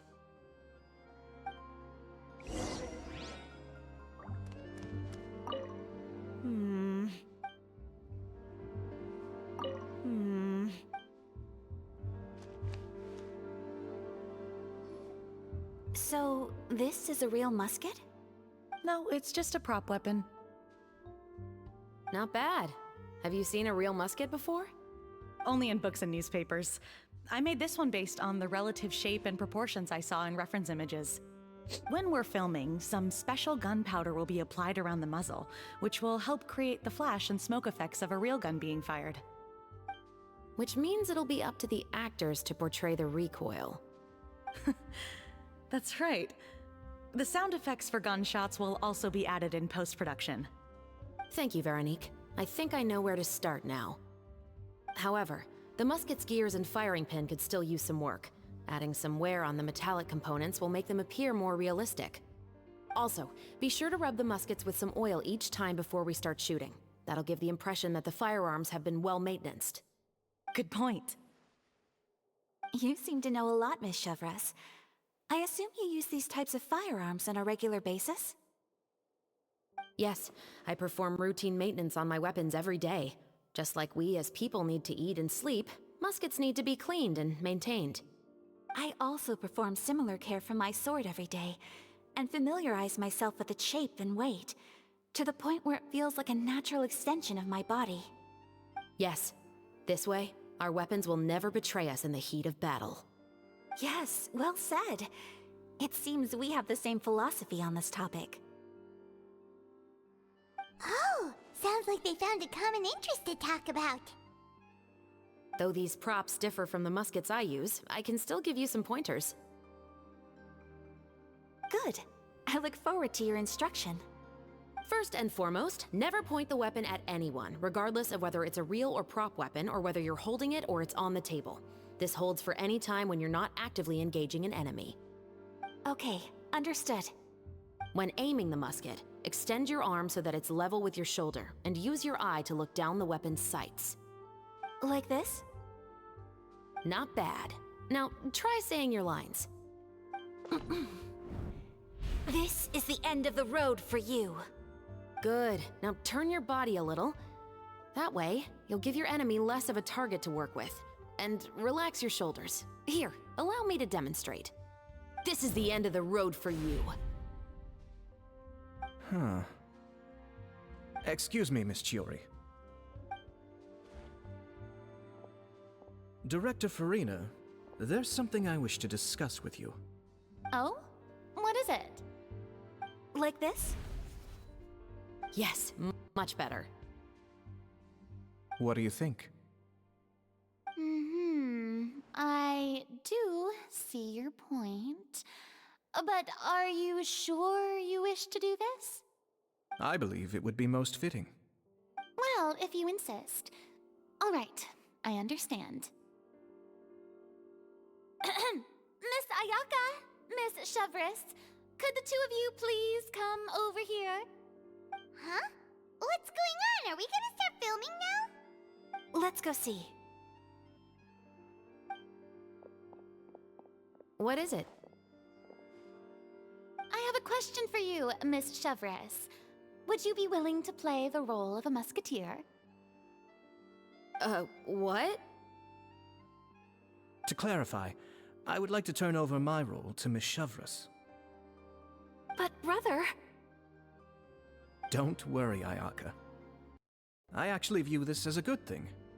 I was becoming troubled trying to set aside some time to speak to the staff at the Palais Mermonia. I would like to have some conversations about the cultural exchange between our two countries, and I've heard that the bureaucratic process here can get rather complicated. Now, I will be able to focus on my work. Besides, you also know that I'm not really one for public performances.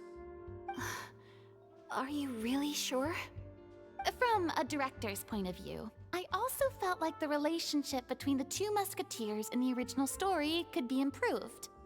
The older brother in the story plays the lead role with his overbearing character, but this causes his character to overshadow that of his sister, and the theme of the two supporting and relying on each other isn't conveyed very well.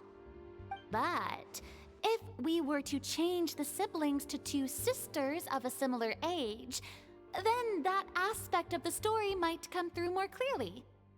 Also, I've seen you instructing Ayaka. That cold and dignified personality is exactly what we need for the older musketeer.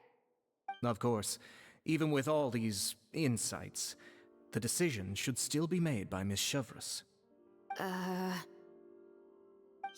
mentioned that she really likes the story, right? Paimon bets that she'll take the role. But she will still have to prioritize her work. All right, I'll take the role. Good. It's decided then. I'll get started on making edits to the script. We'll also need to make some immediate adjustments to the lighting, props, and costumes. I have a feeling that our adaptation will be even better than the original story. You're doing a great favor for me, Miss Chevres. You have my gratitude. Don't mention it. I like this character, so if anything, I should be the one thanking you. Well, since my brother is the one who brought up the idea, I suppose there's no need to worry. Let's go, Miss Chevres. I look forward to working with you. Please, just call me Chevres.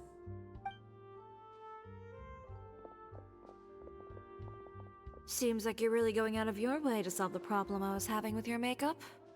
Surely you jest, Chiori. I assure you that I was mostly motivated by a desire to spend more time on formal business. Oh, come on. You really think I'd buy that? According to what I've heard from Ayaka, her brother is someone who can juggle 10 different matters at the same time. I'm sure you have other reasons for backing out. Perhaps. Ayaka always said she wanted to go out and see more of the world, just like the Traveler. But I feel that she needs not only to see other nations, but also to make some different kinds of friends. I think it would be harder for her to make new connections with me constantly by her side. I would like to give her some space. All right, go on. Spoil her some more. Ayato! It's too bad you're stepping down from the role. Paimon really wanted to see you act as a musketeer. This is the punishment you deserve. No need to poke fun at me. I'd wager that you also felt that I wasn't the best candidate for the role. It's a little hard for Paimon to imagine you saying those lines. So, are you going to go back to work now? Yes. I've made an appointment to meet some people from the Palais Mermonia. Now, I will have some more time to prepare. Traveler, get the camera ready. Paimon, get the clapperboard. Actors, to your positions. We're about to start shooting the first scene. Go on now. And please take good care of Ayaka. Yep, don't worry. You can count on us. Good luck with your work. Thank you. I look forward to seeing the film when it's finished. All right, now that we're all here, let me help set the scene for everyone. The first scene takes place when our two main characters are still living at the Baron's estate. They've been ostracized and verbally abused by others in the household, but they still have no idea why. We want to capture how naive and innocent they are, despite their pain. Chevres will be playing the role of the older sister, Tulip, and Ayaka will be the younger sister, Iris. Be sure to get close-ups of the main characters at the right moment. Silence on the set! Lights! Camera! Action! Let's go! Tulip, Mother's been out for quite a while now. Perhaps she went to pick some flowers on the way home. You know how she loves flowers. Iris, Tulip! I'm home! Mother! You were out for so long, we were beginning to worry about you. I'm sorry, but I'm back now, safe and sound. Here, I brought your favorite treat, apple turnovers. Mother, what are those bruises on your hand? Huh? What bruises? Oh, I must have bumped into something while I was working yesterday. But I didn't notice them this morning. Then perhaps they're from when I accidentally tripped when I was out just now. By the way, did you have fun playing at home? What's the matter, Iris? Well, we've realized that no one really wants to play with us. They even took Iris's doll and spat at us. And they even called us names. They said we were... Shh. It's all right. Don't worry. Girls, listen to me. It doesn't matter what anyone says. Don't listen to them. No one can define you with such words. You both have wonderful lives ahead of you. Just like your names. You will both blossom like beautiful flowers. Maybe your time to blossom hasn't quite come yet, but one day, you two will bloom more beautifully than anything else. Don't let the soil you're in now ruin your future beauty. Understand? My dear daughters. And cut! Not bad. The actors' emotions were all on point. Let's keep that take. Also, if our clapper loader could avoid shouting at the start of the scene next time. Oh, got it. Great. I was a little worried that my nerves would get the better of me. What about you, Chevres? I felt fine. The lines weren't too difficult at all. Seems like Farina must have adapted the role nicely. You two were great. I couldn't tell it was your first time acting in a film. You should have more confidence. Thank you for your encouragement. Positions, everyone! We'll move on to the next scene after we try a few more camera angles.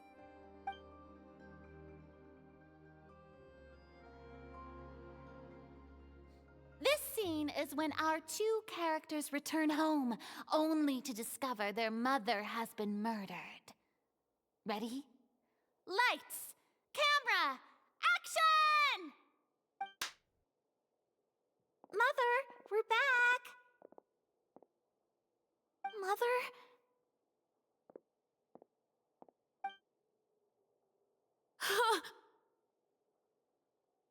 What's wrong, Tulip? Iris, stay away! Huh? Why? What's... Mother! Mother... She's... Huh? There's poison in this cup. Huh? I could have sworn I've seen this kind of cup before. Those aristocrats.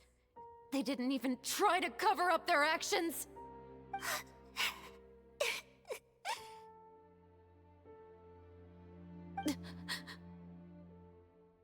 Iris, we need to leave this place. Leave? But now that Mother is gone, where can we even go? Anywhere. All I know is that we can't stay in this house. But are we just going to let them get away with this? We'll have our revenge, I promise you. Just not right now.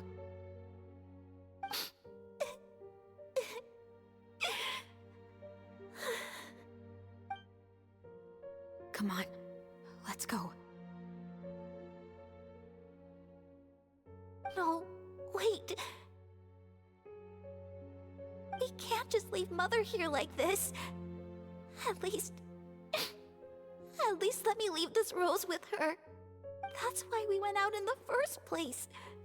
To buy her this flower. All right. Goodbye, Mother. We'll avenge you. Someday. And cut! Beautiful! Great performance! Oh my, you're so amazing, Ayaka! And were those real tears I saw? How did you do it? I was surprised too. Thank you for the kind compliments. Actually, as soon as Director Farina said action, I told myself not to think about anything. I just felt the weight of the moment and became the character. It's quite similar to practicing the art of the sword. You clear your mind and focus only on what's happening in front of you. Ayaka's performance was amazing. Have I discovered an acting prodigy? Pipe down, everyone! We need to move on to the next scene!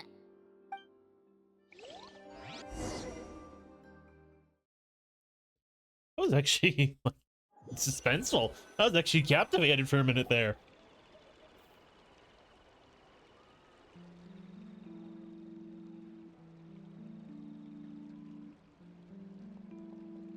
Huh?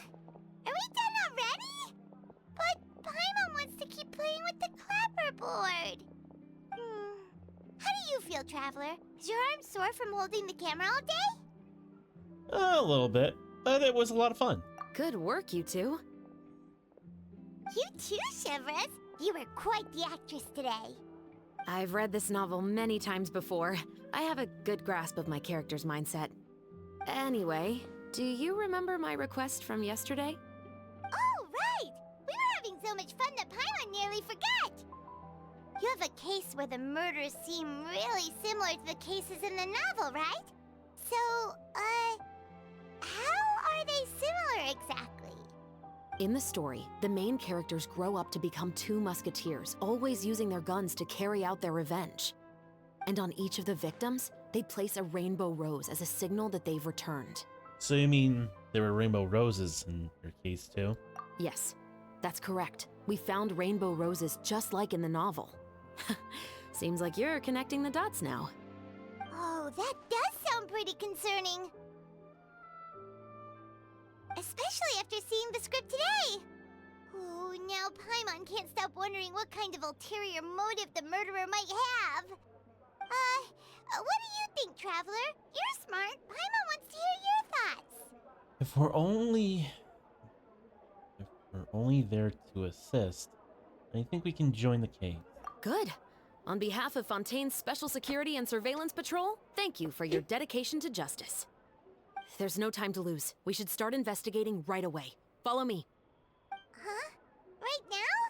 Well, we just got done filming all day. Paimon's so tired. The most valuable intel always comes after nightfall. They are like small, remote islands in the middle of the sea. If you don't stay vigilant, you will pass right by them in the fog. That's how one of my favorite books always puts it, at least. So, where are we going right now? Let's start by checking out some workshops that sell mechanical components. If the culprit is making their own weapons, it's very likely that they'll visit those sort of places.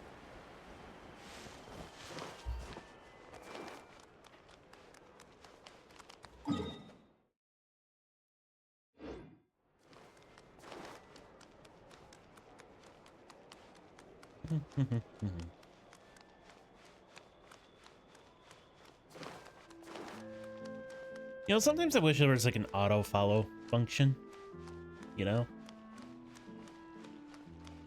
Like I just press a button and bam, I'm already there.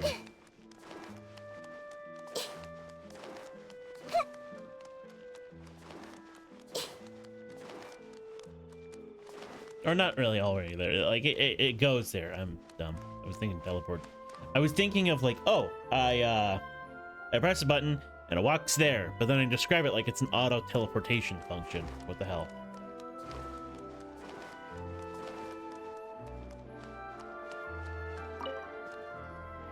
Welcome to LeChaux's Clockwork Workshop. How can I help you? Hello. I'd like to know if anyone has purchased some special components lately. Special components? Sorry, could you be more specific? I mean the kind of components that aren't typically used for clockwork toys, but for firearms. Huh?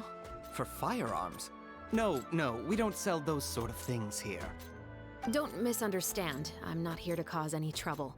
We are merely investigating a case, and we're hoping that you could cooperate. Well, to be completely honest, I'm not even sure what kind of components that would entail. Has anyone ever purchased components here as an individual rather than on behalf of an organization? We have a lot of customers who buy toys, but those who buy components are all regular customers who buy in bulk on behalf of their organization. Is that so? I understand. Thank you for your cooperation. You're welcome. It's the least I can do.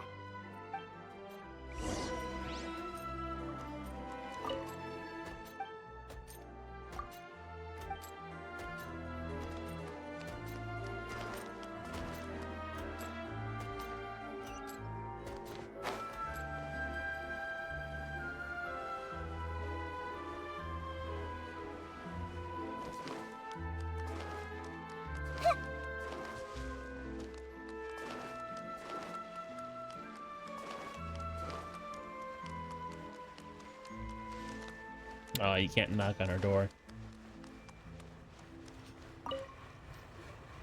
Oh, hey, Chevris. Run out of oil for your musket again? Hello, Estelle. I want to know if anyone has come to your shop recently to order some firearm components. Oh, is this another case? Let me think.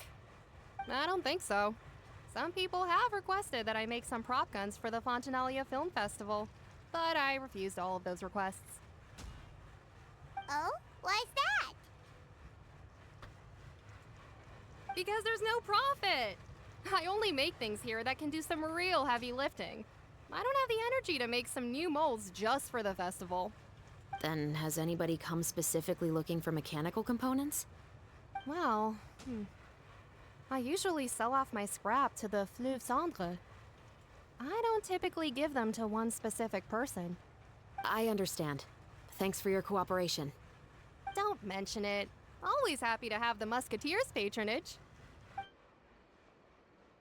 Seems like we haven't found any leads to go off yet. Yeah, unfortunately. Alright, let's head to Fliv Sandra next. Huh? Are you sure?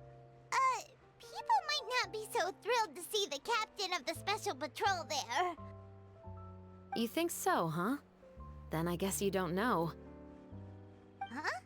Know what? That I grew up in Fliv Sandra.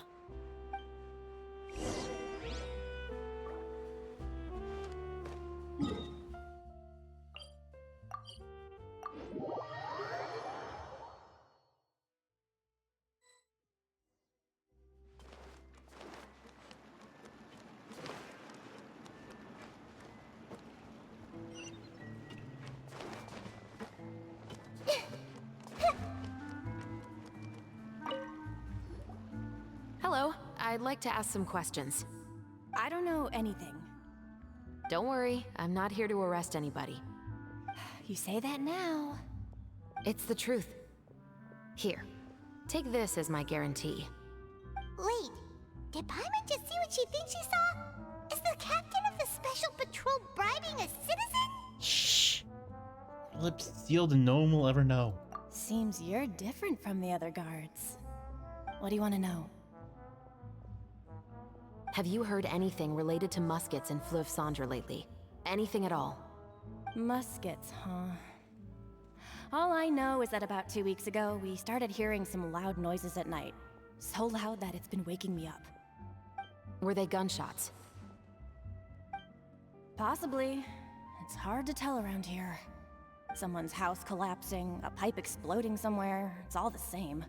But the noises I'm talking about definitely happened after I fell asleep. Do you know where the noises were coming from? I don't remember clearly. Is it that you don't remember, or that you need to think about it some more? You tell me. Then please, think about it some more. She's giving her even more Mora! I didn't see anything. Maybe she's just giving out some pâté de fruit. The noises came from the end of the Southern Waterway. I came out and had a look for myself when I wasn't sleeping well, but I didn't dare get too close. That's all I know. All right, I'll take your word for it. Thanks for the pâté de fruit.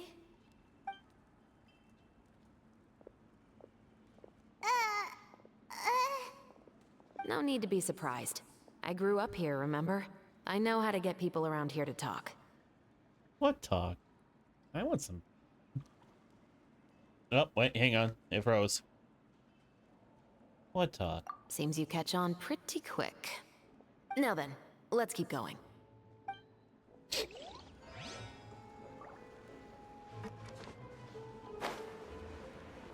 guess we're finally on the right path.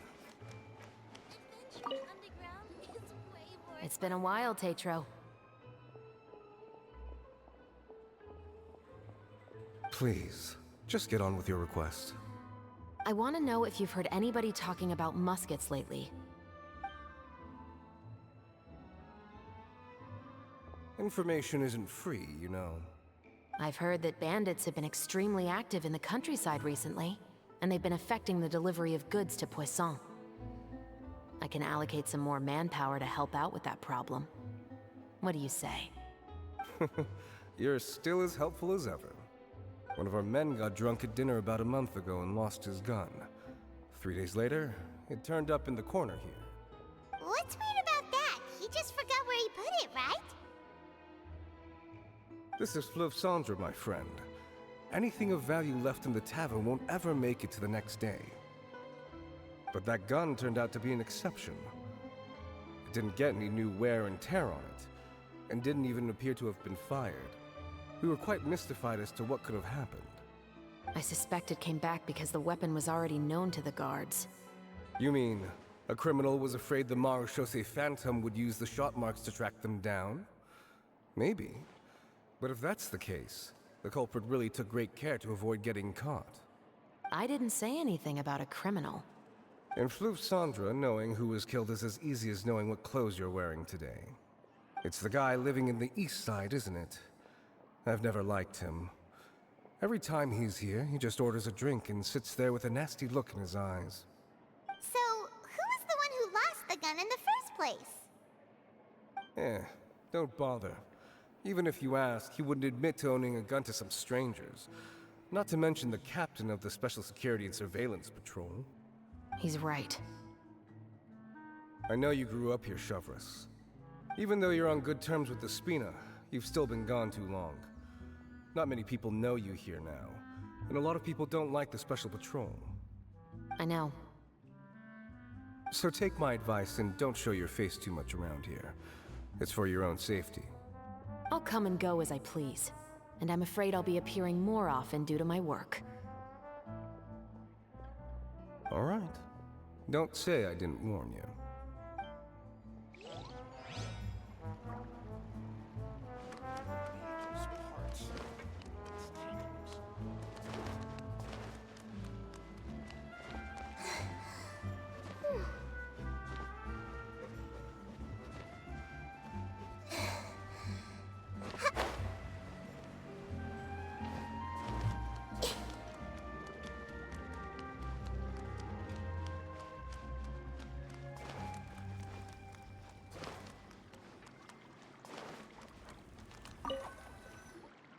What's all this?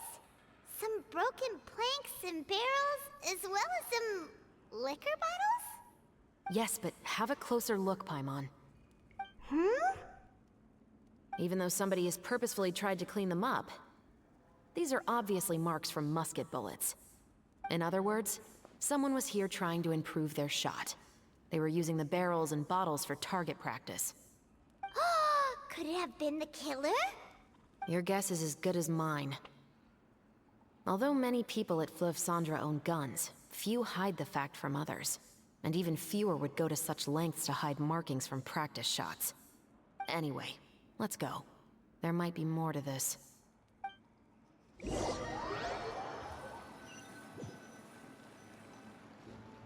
Seems like that's all we'll be able to uncover for today. Paimon feels like we managed to learn a lot more here than up on the surface.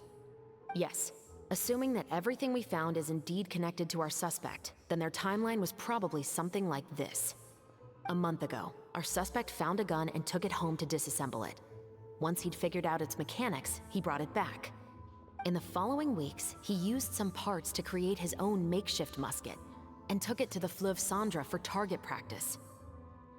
Then, a few days ago, he found his target and carried out the murder. Once the deed was done, he left a rainbow rose on the body, just like the scene in the novel.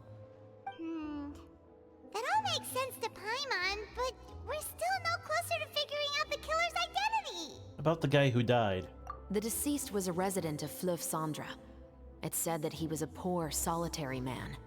But if we're following the novel, shouldn't the guy have been a nobleman? Yeah, that's also something I'm trying to figure out.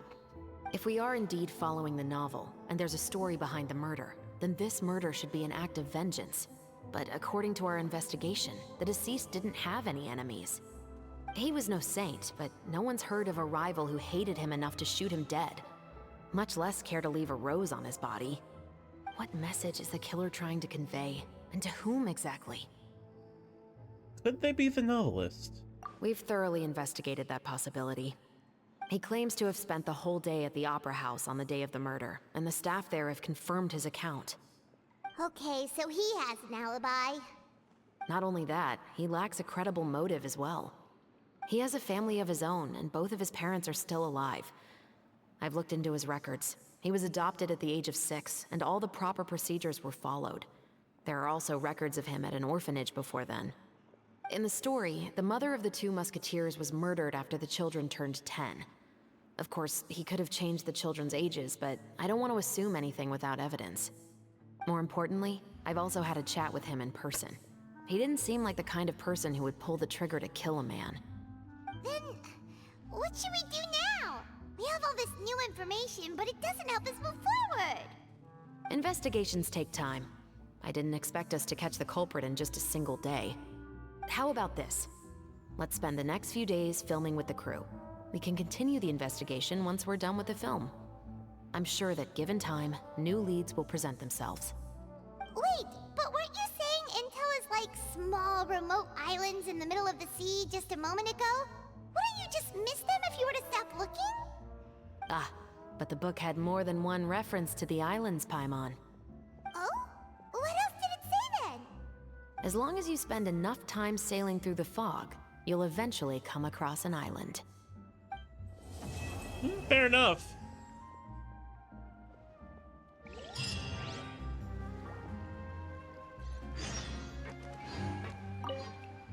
What? Never thought that the captain of the security and surveillance patrol could come from the Fleuve Cendra? Sure, it wasn't easy. You mean rising through the ranks? It was a struggle, for sure. But as long as you can distinguish yourself through your accomplishments and skills, you'll eventually be recognized for your worth. If you look at it another way, my life at Fleuve Cendra has actually taught me a lot of valuable skills. Skills like how to barter with criminals or how to think in their shoes. Of course, I'd appreciate it if you could keep this a secret between us.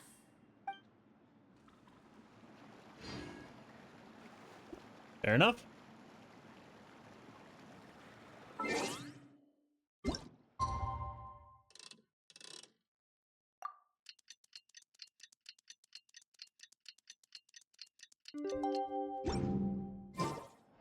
It's filming time again! Our schedule is jam-packed for the next couple of days, too. We've got so many different locations and sets to cover. Anyway, let's head out and meet up with the others.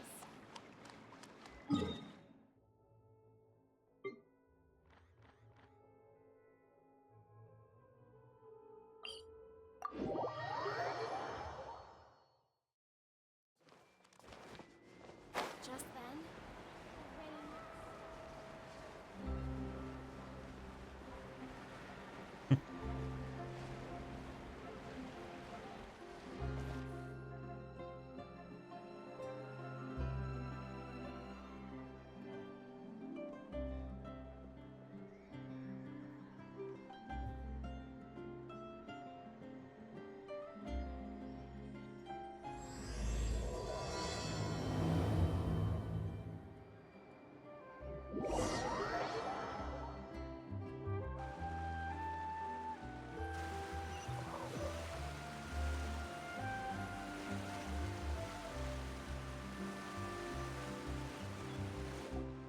good work, everyone! We're looking to wrap with our two main ladies today. I can already smell our success. What do you mean, looking to wrap? It means completing the filming of all of their scenes. Oh, aren't you the expert now?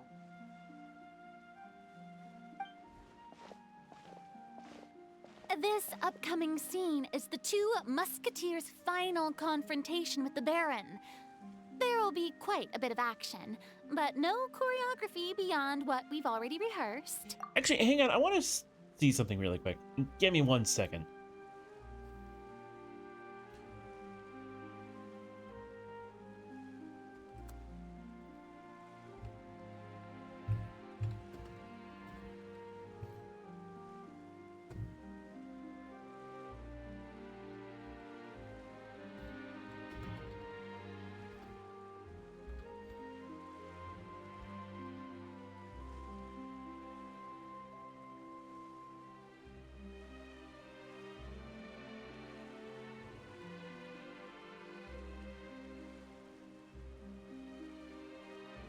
Okay, I tried to figure out if the climax of the story or like the big event is always filmed first, but it just kept on telling me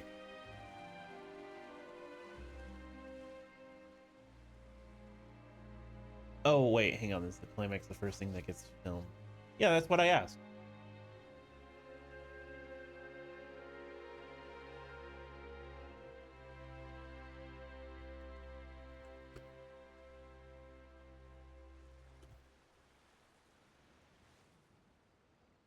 Yeah, it's just answering what is a climax in the story, not answering my question.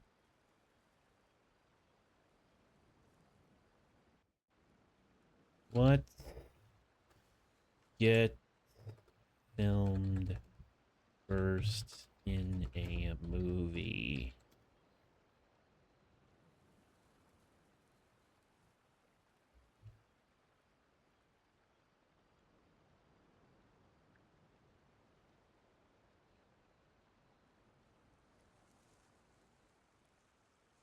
Nothing is set in.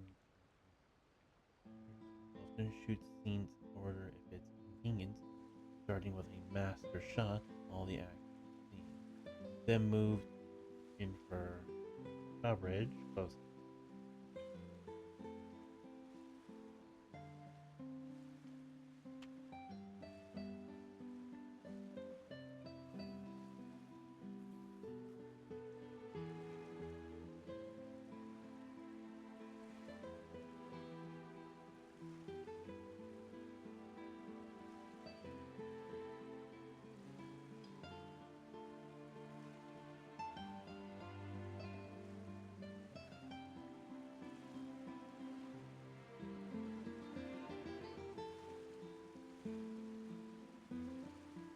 Okay.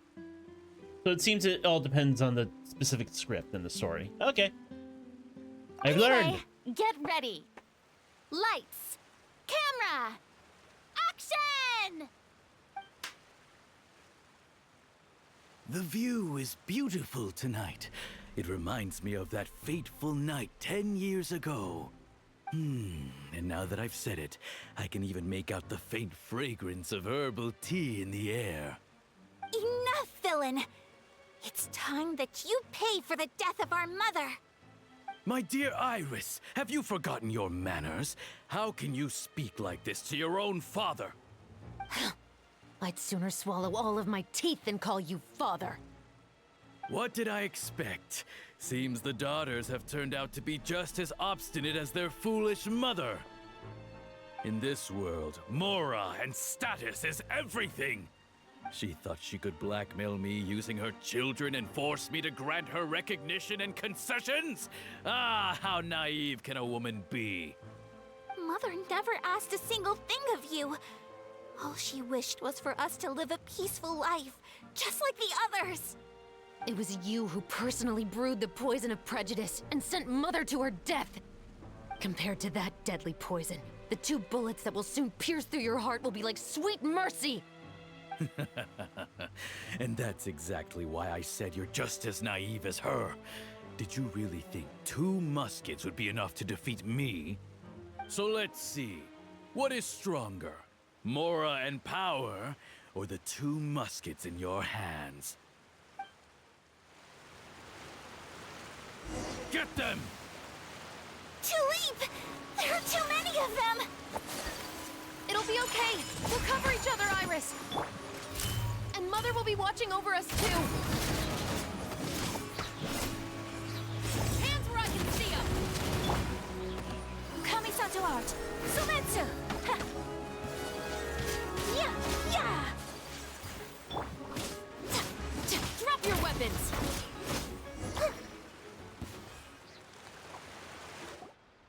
You've lost. To think I'd lose to my own 2 kids. We are no children of yours, and we'll never call that place our home. Then tell me, what did you do all this for? You lost your mother, and will soon kill your father as well. What will you gain in the end, other than sentences for your crimes? We will gain our long-awaited justice.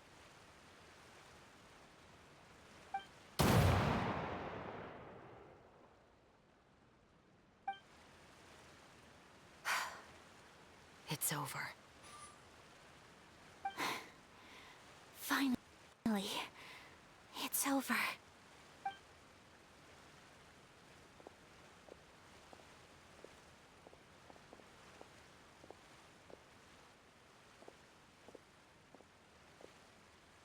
So, where will you go now, Tulip?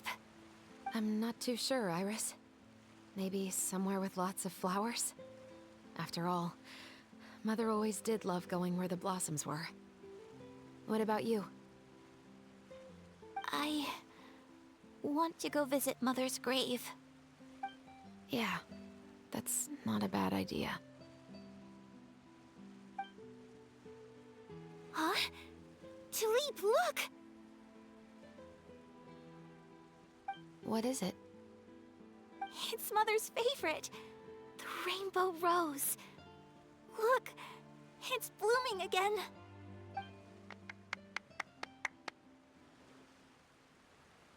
Excellent! That was beyond mesmerizing. Even I didn't expect this scene to go so well.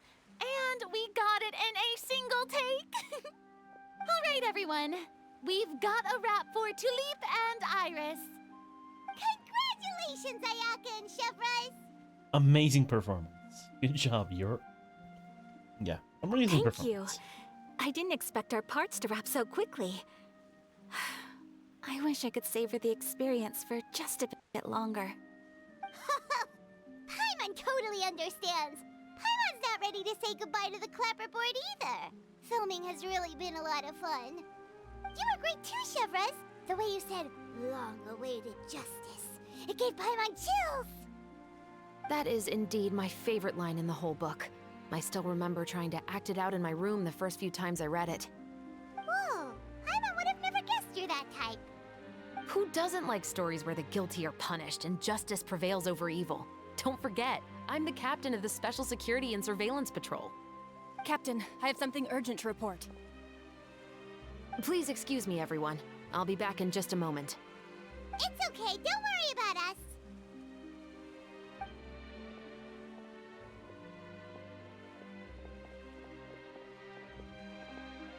Oh? Was she whisked away by work already? I was just about to tell her how great she did. It seemed like some urgent official business. Then perhaps we should thank the stars that we were able to wrap both of your parts so quickly today. Switching around the filming schedule would have been a real pain. Anyway, I actually came over to let everyone know that we're all done for today. You can go home and get some rest. And one last thing, Miss Ayaka. Your acting skills today were immaculate as always. Are you sure you won't consider taking up full-time acting? See, I just happen to know this great troupe that's still looking for a lead actress. Thank you for your kind words, Director Farina. Unfortunately, there are still many matters that I have to take care of back home at the Yashiro Commission.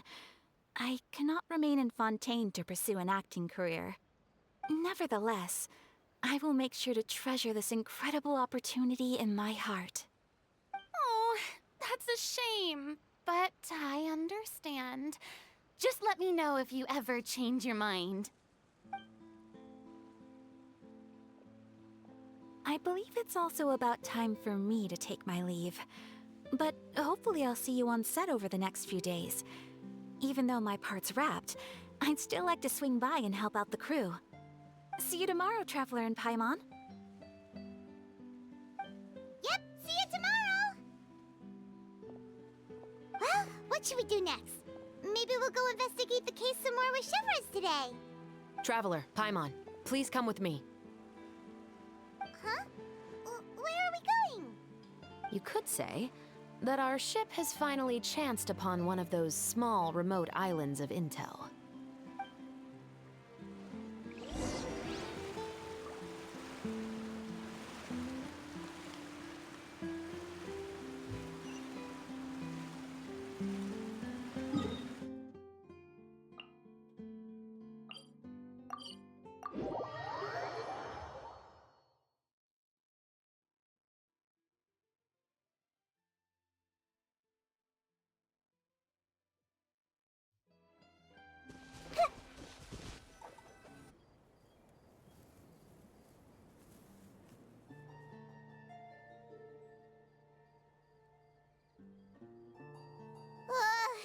Paimon's exhausted. Paimon definitely didn't expect having to float this far after a full day of filming. So, Chevres, why did you take us here? Did you find a new clue? Affirmative. It wasn't anything conclusive, but it should show us a clear way forward. Have you ever heard of someone by the name of Emily? Oh, you mean that famous perfumer? She's a good friend of mine. She's lent me her aid several times in the past to resolve some difficult cases. After I discovered the rainbow rose at the scene of the murder, I sent it to her. After all, she's probably the foremost expert on flowers and scents in all of Fontaine. And then? There was nothing remarkable about the flower or the trace amounts of soil left on it. But according to Emily, the rainbow rose left by the killer was derived from a very rare cultivar. Huh. Paimon didn't know that there were different varieties of rainbow rose. Paimon just thought they grew everywhere in the wild. Flowers that are deliberately cultivated will always show some different features from those that bloom in the wild. We already knew that the rose left at the scene belonged to a special cultivar, but with Emily's expertise, we were able to pinpoint the place where it was first picked from. Oh, Paimon gets it now. So whoever first planted that rainbow rose was probably the killer. Precisely. And after we checked what we learned against some sales records from the past, we discovered that there's only one person in all of Fontaine who could grow and sell this specific cultivar. Really? And who is it? It's the novelist. But didn't you say he had an alibi? He had an To be alibi. clear, I haven't changed my mind about him. I still don't think he was the one who pulled the trigger. However, that doesn't mean the true culprit never visited him at his home or never purchased a rainbow rose from his garden. Whatever the case, we will have to confirm a number of things with him. So you mean the next place we need to go is... Yes, we're going to pay him a visit at his home.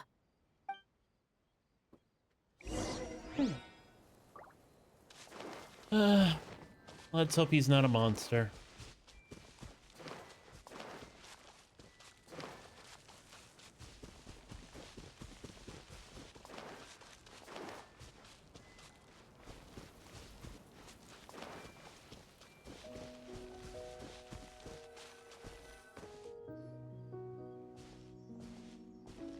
That should be his house. A Gardamex. There are so many Gardamex stationed around the place. That's pretty unusual, right?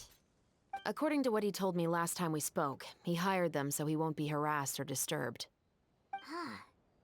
So there are a lot of flowers in his garden, but Paimon doesn't think we'll be able to pick one without alerting the Gardamex. Right, which is exactly why I think there has to be a special connection between him and the killer. So, should we knock? Just wait here for now. I'd like to take care of a number of those Gardamex first. But they're so far away. How are you planning to do that? Don't forget, Paimon, I'm actually the real-life captain of the Musketeers. Ooh, sniping.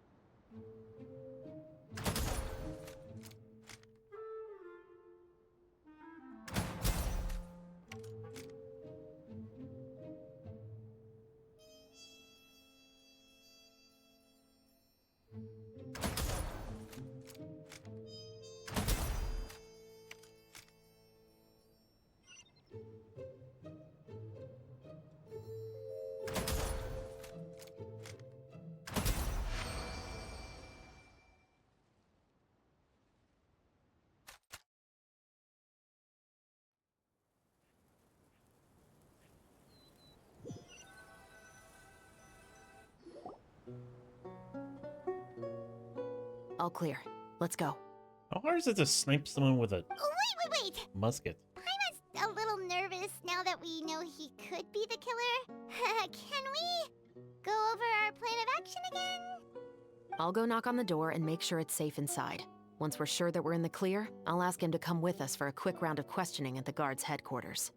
But can't we just arrest him? We still have no evidence that he's the killer, or that he lent the killer any direct aid. Still, it would be appreciated if you could pick a rainbow rose from his garden for me while I'm talking to him. It'll help the Marachose Phantom confirm Emily's theory. Sure, no problem. Just be careful, Chevreuse.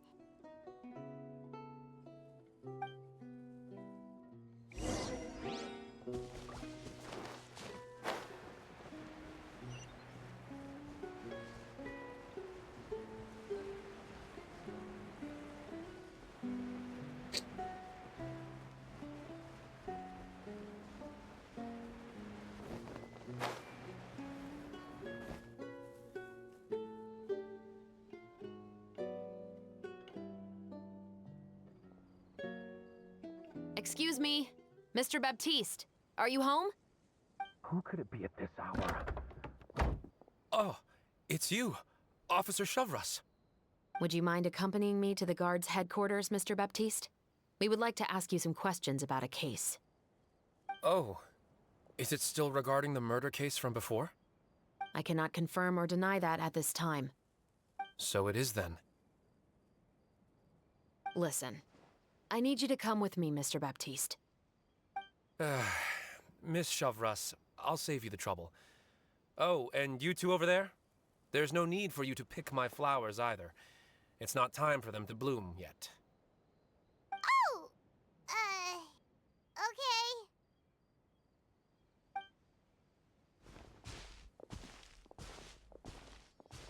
By saving me the trouble, you mean... I will confess. I was the killer. Huh? He just admitted he's guilty! Please relax, everyone. I'm not armed. The musket you're looking for has been buried in my backyard. Then it's my responsibility to inform you, Mr. Baptiste, that everything you say right now will be used as evidence for the inevitable trial. Yes, I am perfectly aware of that. I must say, I hate this feeling. Oh? Is it because I confessed? Or because you've been proven wrong? Both, I suppose. That guy in the whatever. Why did you kill him? For the same reason as the one I wrote out in my novel, of course. I did it to exact revenge. I know you haven't figured out the link between the two of us. Had you done so, I'd have been taken away to the headquarters a long time ago. But that won't stop me from always remembering his grotesque face. After all, he was the one who killed my mother. Your mother is still healthy and well. You know, I was adopted as a child. I was referring to my birth mother. That was never recorded in the orphanage's records. Please forgive a 6-year-old child for concocting some lies to protect himself after watching his mother die right in front of him. So, your novel, it was like a record of your life? No, of course not. It was a work of fiction with many embellished parts. But I am indeed the illegitimate son of a wealthy and influential man who abused his power to murder my mother. That part was 100% real. But the man you killed didn't have a Mora to his name. He was a hired assassin. An irredeemable beast who sank his fangs into a defenseless woman just for a few bags of Mora. But if that's really the truth, you wouldn't be telling us any of this now. You still haven't managed to take revenge against your father, the true mastermind behind it all. I never thought I'd hear that kind of thing from the captain of the Special Security and Surveillance Patrol. I'm simply skeptical about your motives. It's simple, really. I've grown tired of everything and don't want to shoulder this burden anymore. You may have considered me too soft to pull the trigger. Well, as it turns out, you are exactly right. I've become overwhelmed by the aftermath of the murder. So you're going to call a stop to your revenge, just like that? The true mastermind is too rich and too powerful for me. I've accepted that I will never be able to avenge my mother alone. And so what? The characters in your book never gave up. Oh, I know what's going on. I'm putting it together. I'm crossing my brain cells to understand. My brain is swelling with knowledge. If my intellect is as good as I think it is, which isn't very good, but still, his father was the sponsor that backed out. Now, Officer Shavras, I'm the one who has killed a man, aren't I? Are you trying to convince me to commit another crime? What's your father's name? How do you plan to prove the veracity of all of your claims? Well, I'd like to speak with you privately. Sure. Why don't we speak privately at the guard's headquarters? No, it has to be here. I must ensure that we won't be overheard. Fine. Let's talk here. When I said won't be overheard, I meant by anyone. I would like to speak with you and you alone. We can go somewhere else for now. Thanks. I appreciate it. Please stay safe, Chevres.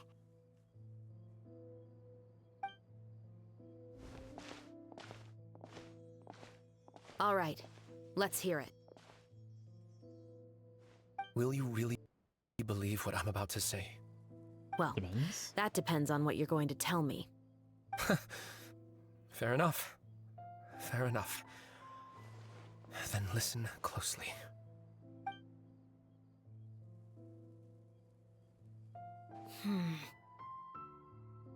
So that's how it's all connected. So, it seems you believe me after all. Do you want me to go public with this? No, of course not. At least, not right now. Then why did you bother telling me? You've read my work. What do you think? Even if you were to go public with all of this right now, he'd simply deny everything. It's been too long. Almost 20 years. Anything that could be used as evidence has long faded away.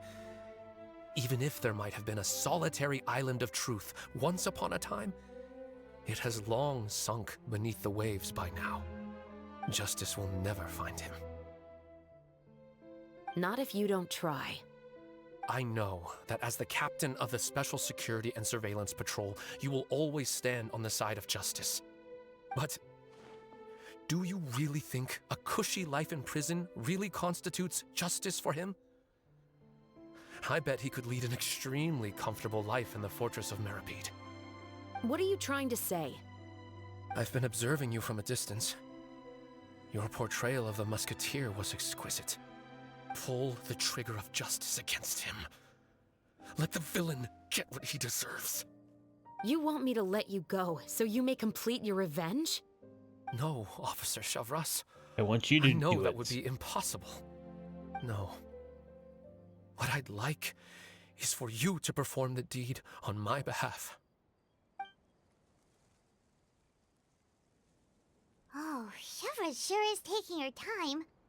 What could they be talking about anyway? Oh, Paimon's worried. What if he decided to attack her?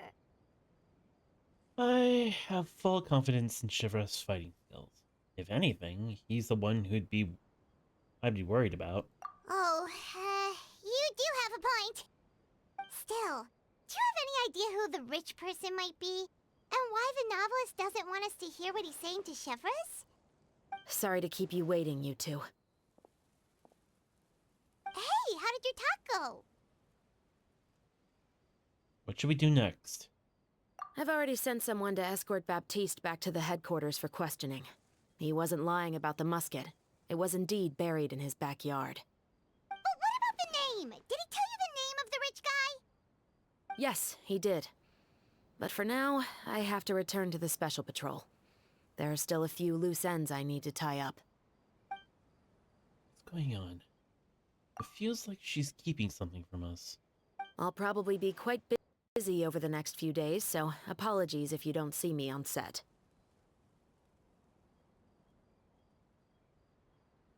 Oh, right. All right, Paimon understands if you can't tell us everything you know. We'll just keep an eye on the Steambird then. Actually, there's still something else I need your help with.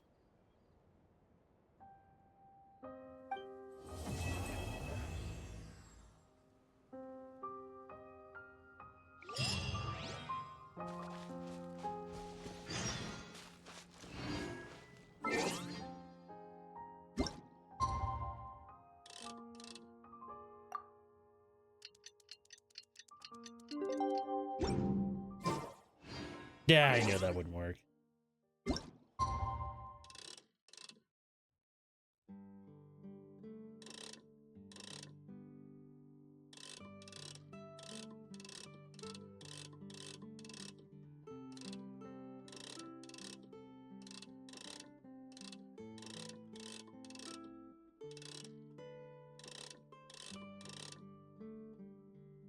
Sorry, I was playing with it.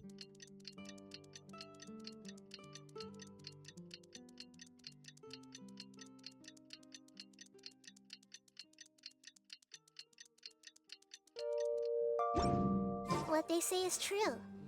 You have to see the world for yourself to appreciate how beautiful it is. We haven't seen Chevra since that night at Baptiste's place. Well, guess there's no point in worrying about it now. Let's go join up with the others.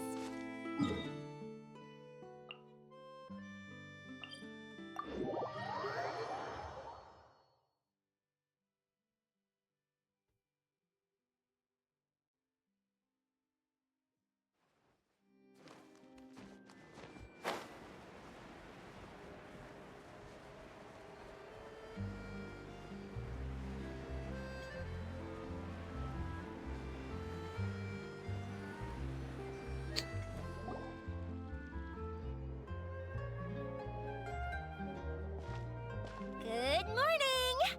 Hayaka and I were just talking about you. Is Chevra still not joining us today? Probably not. We haven't seen her either. Huh? That's such a pity. Director Farina said that we've only got a few small scenes left before wrapping up the entire thing. She even said that she'll get me into a couple scenes, so everyone will have a chance to shine in front of the camera. We were also planning on having a victory feast once we're all finished filming. You can join us, right? Of course. If only Chevros was here. I still haven't taken a photo with her. I'm afraid that can't be helped. Those special patrol folks are like phantoms when they've got a case on their hands. But to be honest, I'm even more concerned by what I read in the Steambird earlier this morning. It said that the killer in the murder case was none other than the author of The Two Musketeers. That's bad PR. Oh, yeah, I heard about that too. He came forward and confessed his crimes, but gave no explanation as to why he pulled the trigger. We didn't know about this case at all when we joined the film. Is it going to affect the reception of our work? From a pure publicity standpoint, this will draw a lot more attention to our film.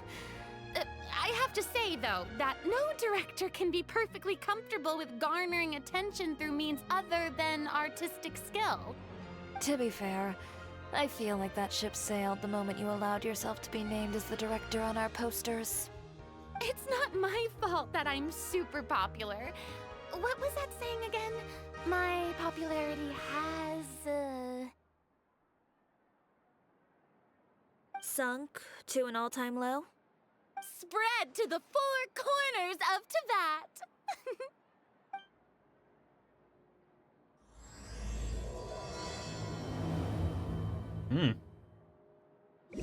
Saying it how it is, huh?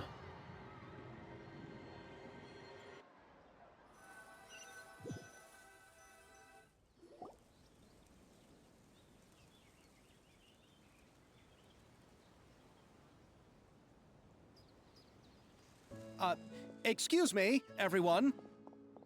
Xavier! Feels like it's been ages since we last saw you.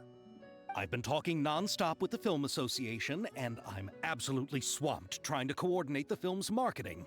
So forgive me for not being around more often, but please believe me when I say that I will make sure everyone's hard work gets the exposure it deserves. Oh, seems like you've been fighting your own battles. Yes, that's one way to put it.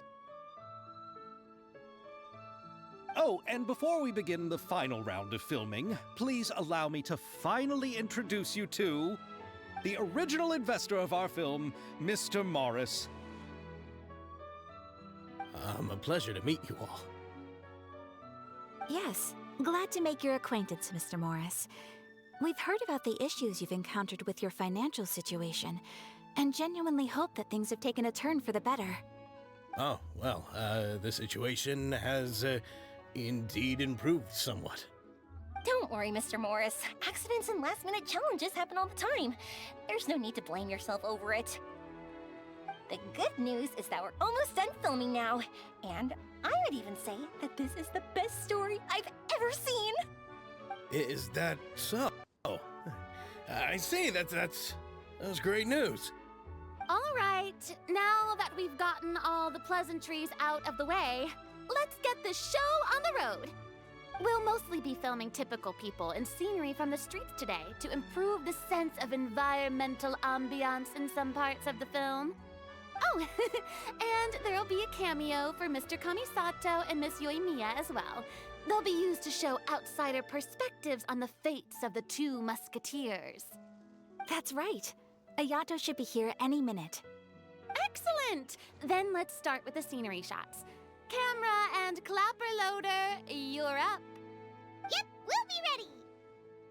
Remember, all we need are some wide zoom shots of the streets. If you happen to find some particularly lovely patches of flowers and grass, feel free to grab some close-ups of those as well. Ready? Right. Lights! Camera! Action! Okay, now move the camera slowly. Try to focus on that flower. What's wrong? Just adjust the focal length a bit. Something the matter? The camera seems to be broken. It's not responding like usual. But wasn't it working fine for all the days before? Veronique, can we try a different camera? No problem. How about this one? All right, let's give it another try. Lights! Camera! Action!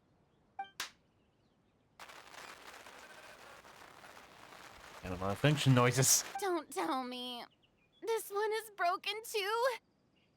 Veronique, do we have any other spare ones we can use? We can use mine. I'm afraid we only brought these two today. What?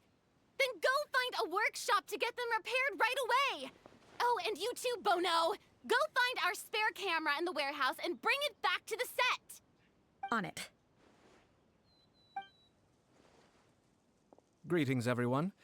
My apologies for the delay. Is something the matter, Ayaka? It seems like there are some issues with the filming equipment today. We're stuck for the moment. I see. Well, let's not just stand here twiddling our thumbs. Actors, to the makeup booth. We'll start on the next scene as soon as we get a working camera. The people at the workshop told me that the part which holds the lens in place seemed to have fallen off. That's super strange. It was perfectly fine just yesterday. Well, no time to dwell on that now. Let's get back to filming. Ahem! Quiet on set! Places, everyone! Lights! Camera! Action! By the way, have you heard about that recent murder case? Yes, I have. It seems that they've caused quite the commotion in the city.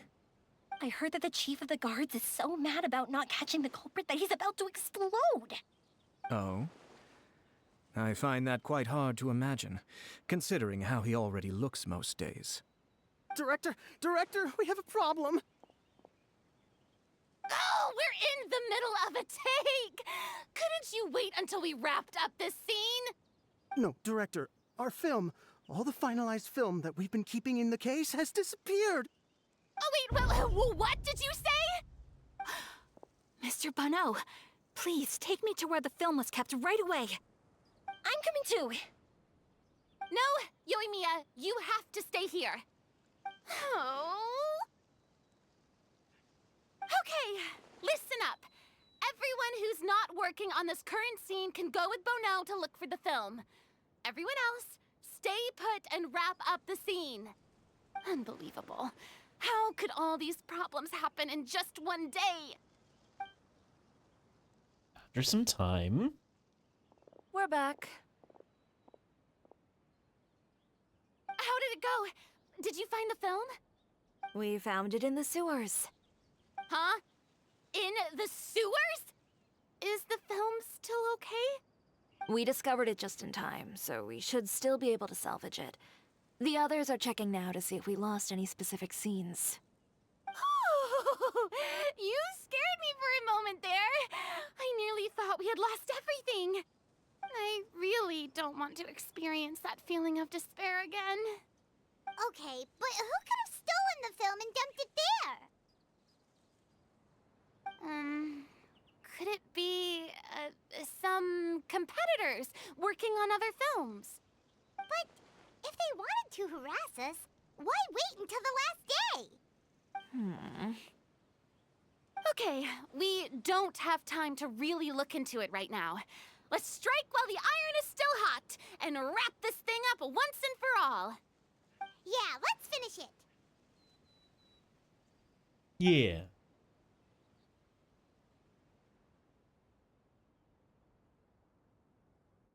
I would like to officially announce that our entry to the festival, The Two Musketeers, has now concluded filming! Paimon is spent. It's so late already.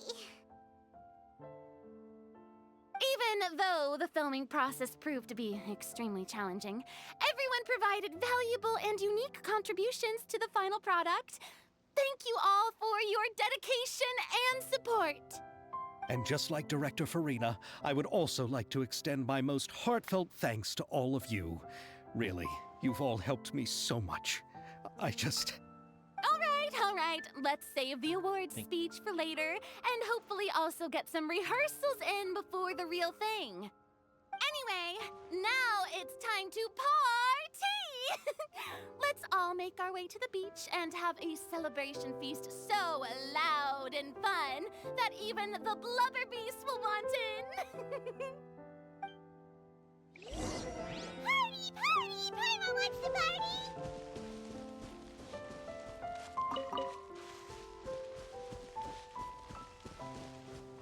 Whoa, this place is hopping. Everyone's finally getting to relax after wrapping up the film. Let's go chat with someone. Have you ever seen a fireworks show, Mr. Morris? It's pretty amazing. I'm afraid I haven't, but I'll take your word for it.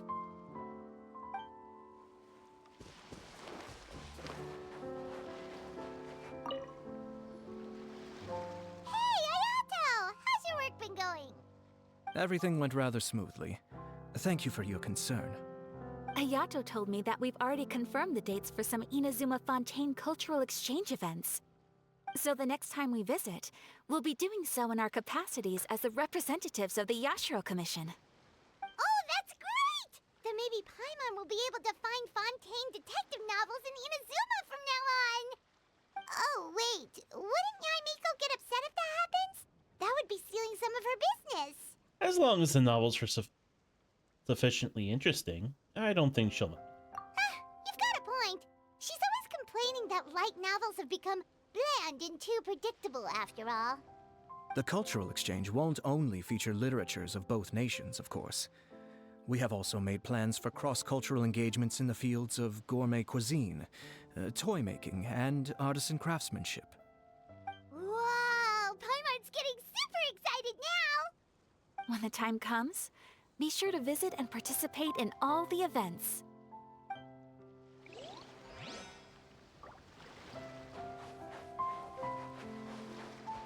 I was thinking, if this film turns out to be a success, could I ask the two of you to stay and be a part of my crew? Of course, I'll definitely increase the pay for next time. I'd be more than happy to, Mr. Xavier. Thank you for the offer, Mr. Xavier. But I've made some plans to go on a journey to the other nations once the festival is over. Is that so? Well, then in that case, bon voyage, Miss Veronique. Please feel free to get in touch once you've returned to Fontaine.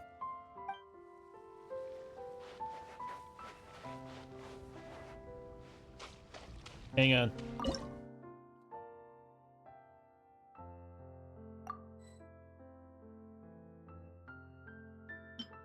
That's mousse? Interesting.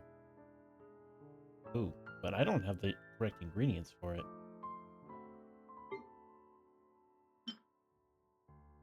I need more sugar.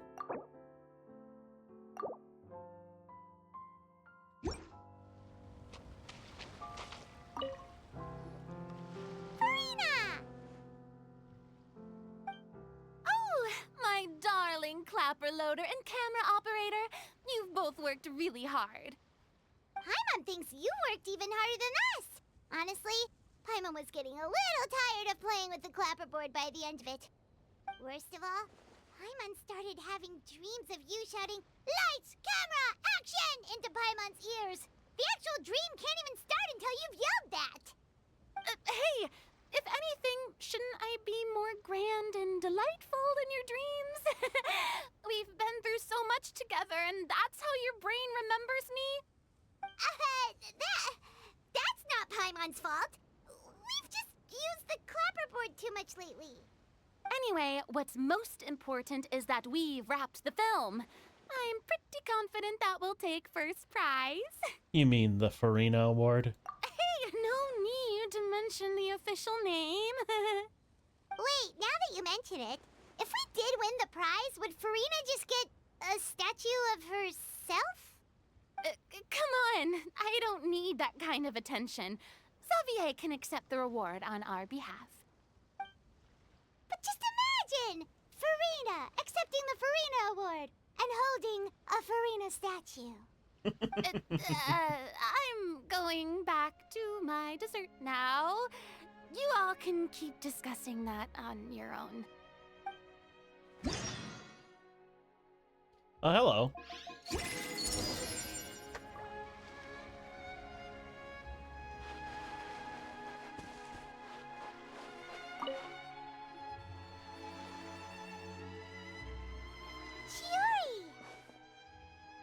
Hey, you two.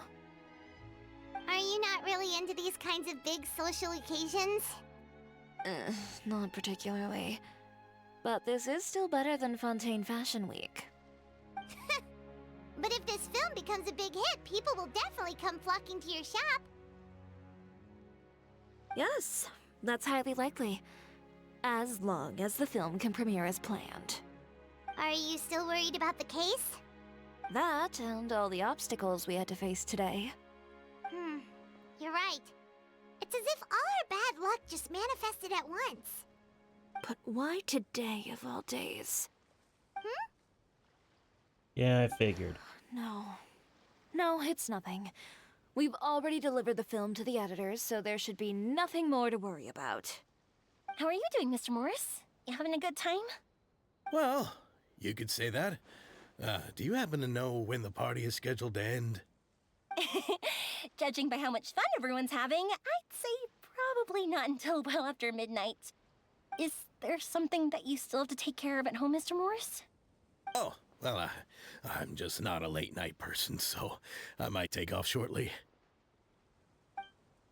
Oh no! Silly me.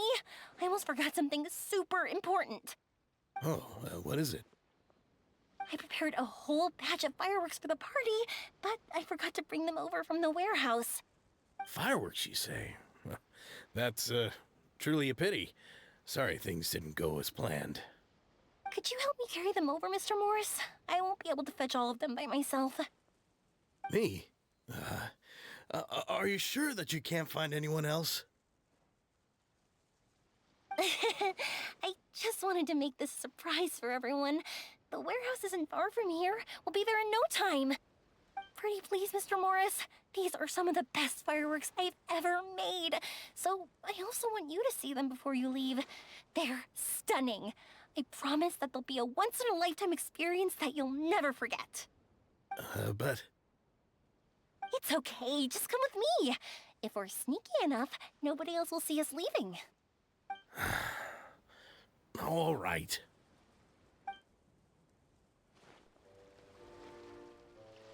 The warehouse is right over here. I moved the fireworks there in advance, so it shouldn't be too much work bringing them back. It's still a ways away from the party. Sorry about that, Mr. Morris. It's probably because I'm used to carrying fireworks all the time, so it doesn't feel like a lot of work to me. I'm curious.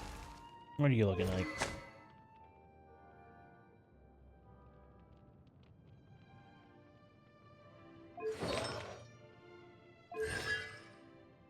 Oh.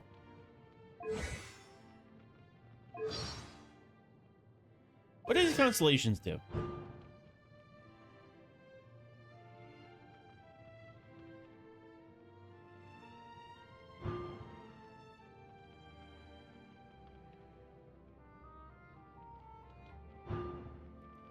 Oh.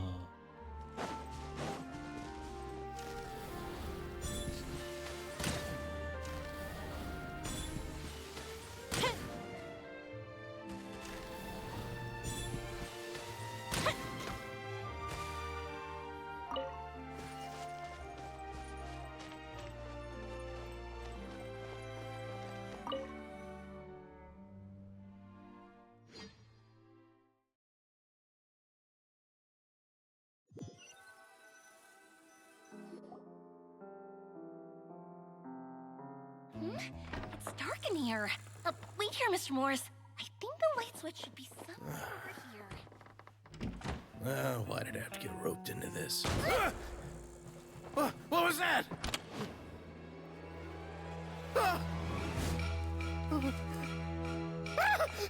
Who's there? Get me out! Get me out of here! Did you really think you'd get away, Morris?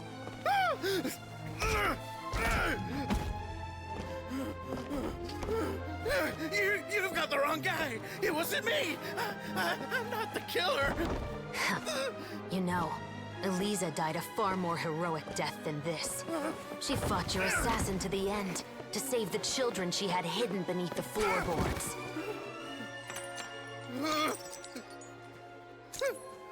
That is Eliza's pendant. The one with a photo of you two inside. The one you gave her. Ring any bells? It's a fake! It has to be! There's no way! No way your assassin didn't destroy it, you mean?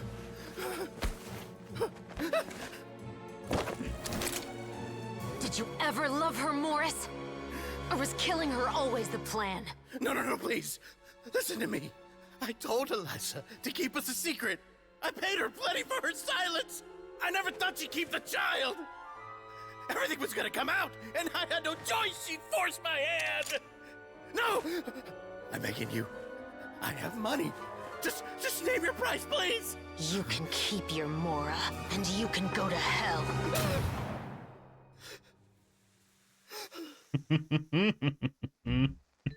I'm Captain Shovraz of the Special Patrol. Morris, you're under arrest for Eliza's murder. Huh? Hmm?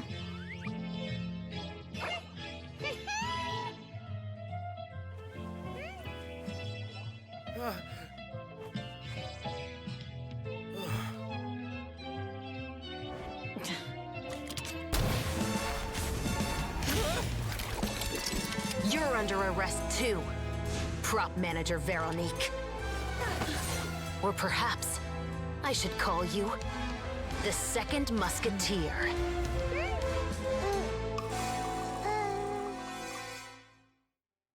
Wait, what's going on? This wasn't in the script. Drop the gun, Veronique. Why? Why would you keep me from exacting revenge on this heartless monster? Drop your weapon. This is my final warning.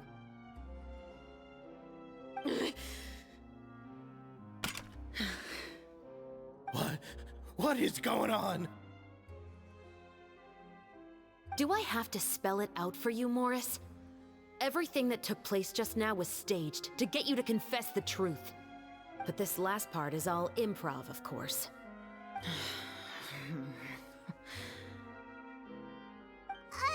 Shivers, you told us you wanted us to help you stage a play. You never said anything about the Second Musketeer.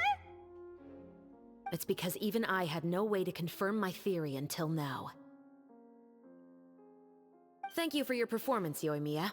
Could I trouble you to go and bring in the other Special Patrol members? They should be on standby just outside. Oh, and please tell the other cast members not to worry about us. We'll be rejoining them shortly. On it!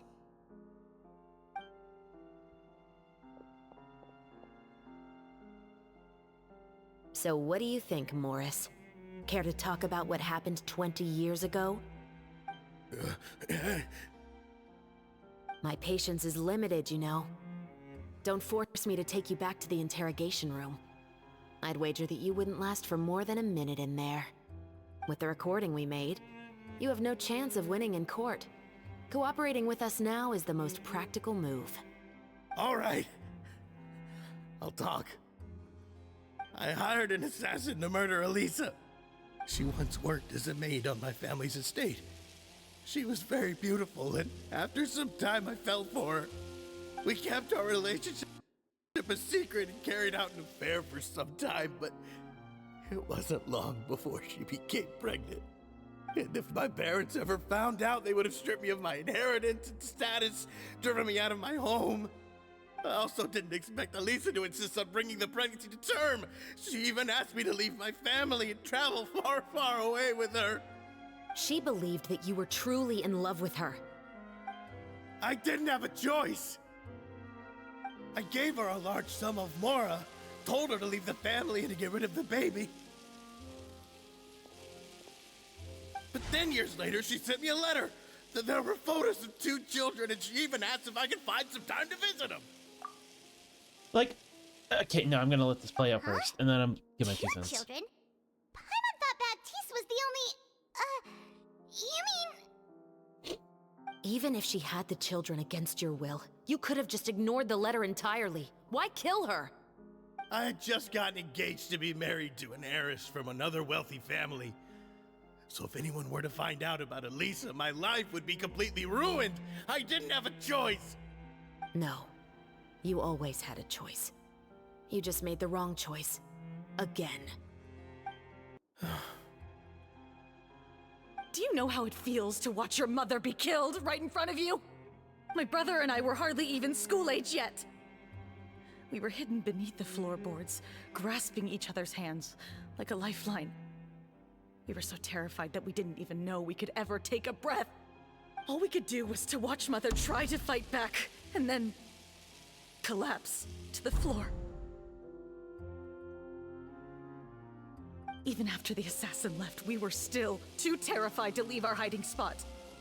We thought that he might come back. It was only until the next evening when we finally climbed out and gathered around our mother. But she had already become cold and stiff to the touch. You made up your mind right then and there to bring this case to light. Not only that, we resolved to get our revenge. And that's why you became the Musketeers. No, that's why I became a Musketeer. The man from before was also killed by me. My brother had nothing to do with it. I figured as much. You did? I once told these two that he didn't look like a killer to me. His confession from that night also rubbed me the wrong way.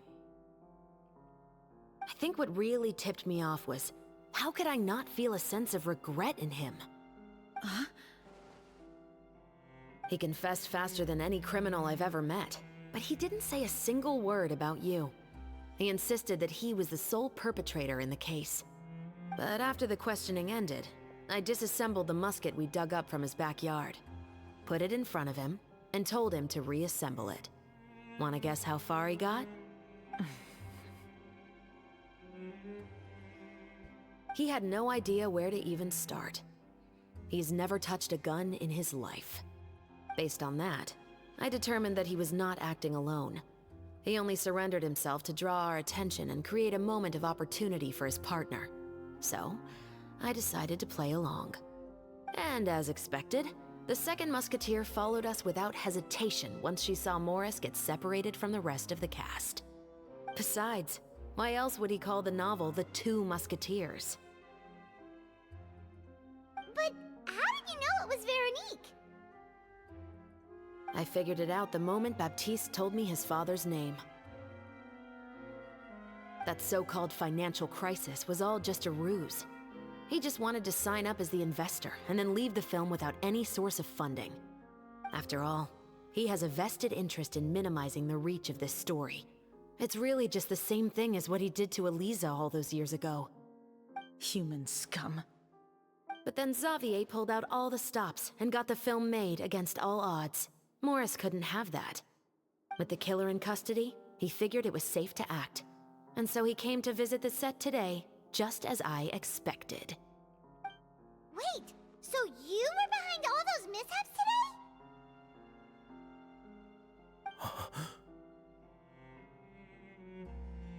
today? As for the identity of the second musketeer, I assumed they'd probably stay close to Morris and look for an opening. And if they already knew that Morris was the film's investor, then that narrowed the list of potential suspects as well. Furthermore, being the props manager would allow the culprit to avoid scrutiny by purchasing mechanical parts in the name of the crew. With that hypothesis in mind, I went back to check Baptiste's orphanage adoption records. Guess whose name I saw on the same page, just a few lines from his. My brother. He trusted you. As in, he trusted me to perform the deed on his behalf? He trusted you to stand on the side of justice. I am. I thought you could do it as well. Oh, the look on your face when you told him to go to hell. I really thought you'd put a bullet in his brain. You know what he has done. Are you telling me that you'd rather see him spend the rest of his life living like a king in the fortress of Meripede? I will never be able to forget the feeling of my mother's cold, lifeless hands. And you would call this ending fair? Is this what you call justice? I won't lie, Veronique. I did hesitate when your brother first told me about the truth. I wondered. I agonized over whether I should really put a bullet in his head. So why don't you?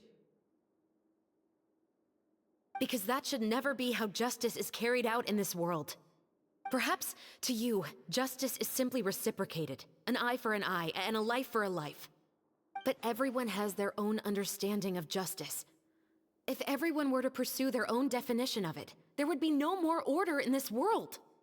Today, you'll kill Morris, and tomorrow, his children may come for you. The world cannot render judgments based on a desire for revenge. That will only lead to a cycle of revenge, as well as the destruction of order and civilized society. Fontaine is founded on a set of laws and a standardized code of justice. That is why we are the nation of justice. But with all that said, I will promise you this. Morris will not lead a cushy life in the fortress of Meripede. Chevreuse, the rest of the special patrol is here. Thank you so much, Yoimiya. Letelier, Terena, please take them away.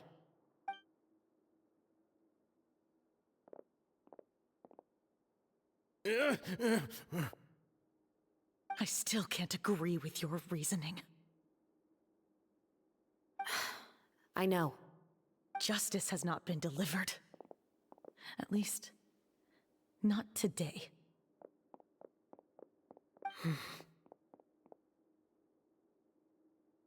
Chevreuse. Let's go. We should give an explanation to the crew. I think you made the right call. Thank you for your concern. I'm fine. I'm just thinking about the things in life that have driven people to take justice into their own hands.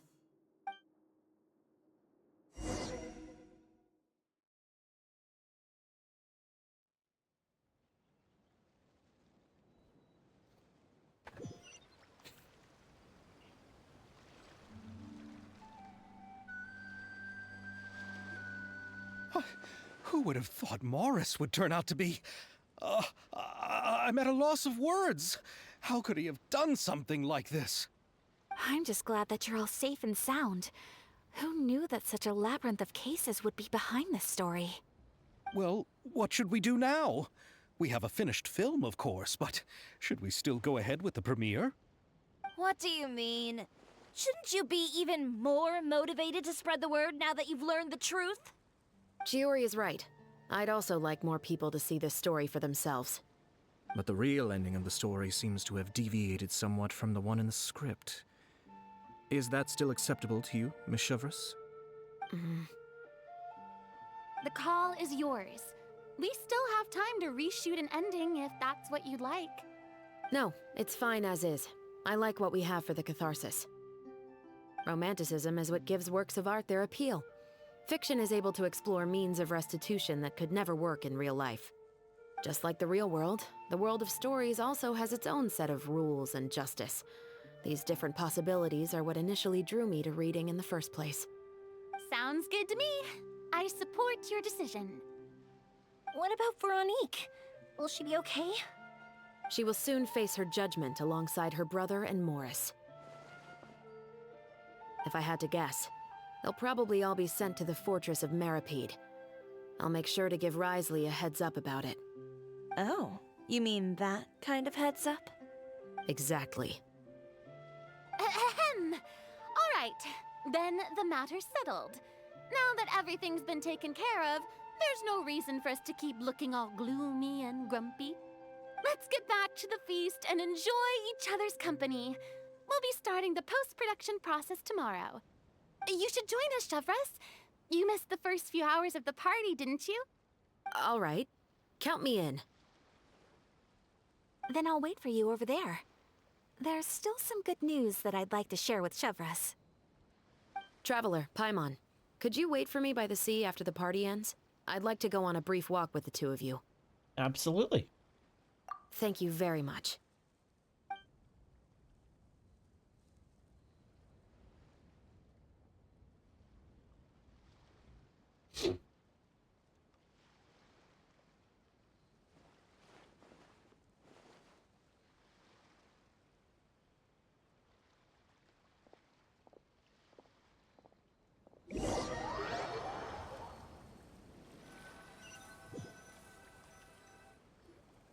Sorry for the wait. Oh, we weren't waiting long at all. Is there something else you wanted to tell us? No, I don't have anything new to share. I just felt that since you were my investigation partners, I should have another conversation with the two of you.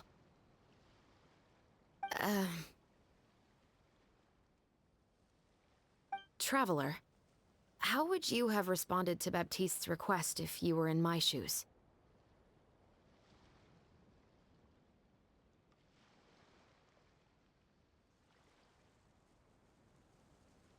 Honestly,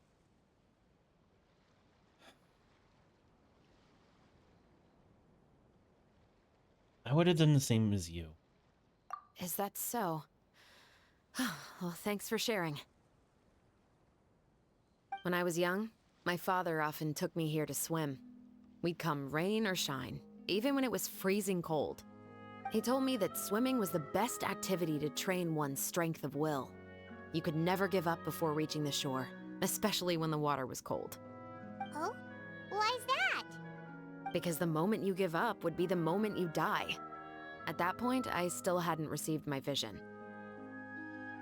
One winter, the chilly wind felt almost like knives on my skin, and the seawater was so frigid that it numbed my toes the moment I stepped in. I cried and begged my father to spare me from having to swim across, but he wouldn't listen. He used to be a member of the Special Patrol as well. You could say it was his way of educating his children. That sounds awful. When he saw that I wouldn't stop crying, he just picked me up and tossed me into the icy water. The bone-chilling cold took away my senses. I couldn't feel anything but fear and rage. I waited for my father to save me, but one look and I knew he'd already started swimming for the opposite shore. I realized that if I were to give up, I really would die right then and there. I used all of my strength to try and catch up to my father. Those few minutes felt longer than my whole life up until that point. I did, however, make it to the other side. I've never felt afraid about anything in my life after that, nor have I ever cried again. That way of teaching would have never worked on Paimon. Yeah, I don't think that was the right method for anyone.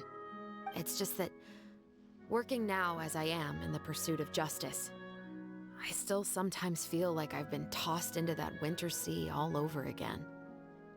The anger and the helplessness. Chevreuse. But the worse I feel, the more I know to never give up. The alternative would be to forever lose myself among the waves. Anyway, how about a race? Neither of us will drown, but we can still see who swims faster. I'm game. You guys go ahead! Paimon will grab the clapperboard to mark the start of the race.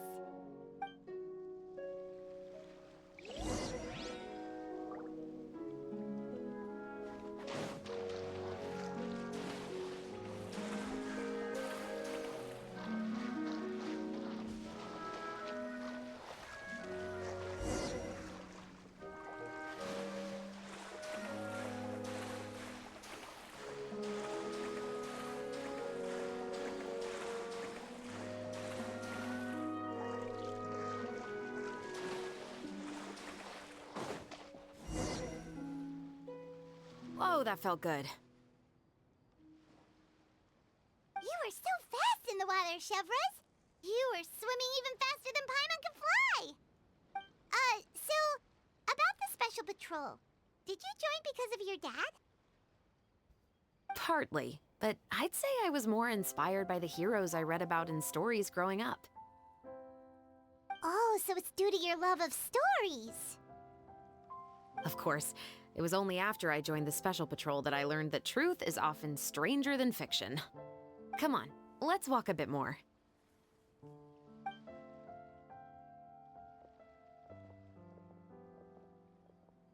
To be honest, I do sometimes question whether the decisions I make are the right ones. But I know that no matter what, I must keep swimming. Because the only thing I've got my eyes on is the shore in the distance.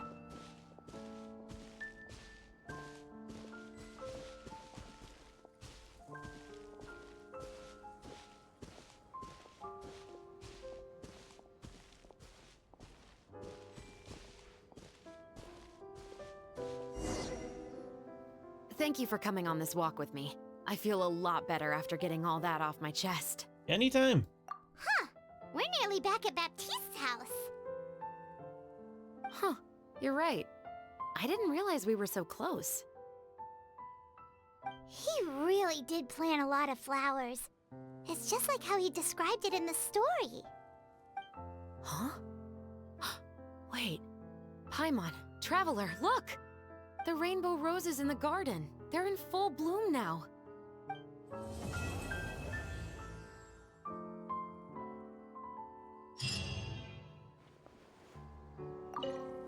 Even though it's a bit late, I must thank you for investigating this case with me. Not on behalf of the Special Patrol this time. It's a personal expression of gratitude from yours truly. About your family. Oh, you want to hear more about my father? To be honest, I didn't spend that much time with him. He was always busy with the Special Patrol, so he would often return home really late at night. Some nights, he didn't come home at all. Once, he didn't come home for a long time, maybe a whole week or so. When I went out to buy food, I learned that he had become a criminal, and by extension, that made me a criminal's daughter. But we can talk about that another day. About the case. I actually have a lot of sympathy for Veronique and Baptiste. I can understand the hatred they feel for their father. But that doesn't mean I'll allow them to walk the path of evil, even if it might lead to another sense of justice. About the film. Films are different from the real world. They're a form of art and represent the wishes in people's hearts. I adore the Two Musketeers, and I'm very happy to have had the opportunity to act the role as one. I can't wait to catch the film when it premieres in the Opera House. I'm looking forward to seeing the audience's reaction to the climactic ending. Please take care. Thank you for looking out for me. I'll see you at the award ceremony. I'd be very surprised if we don't win.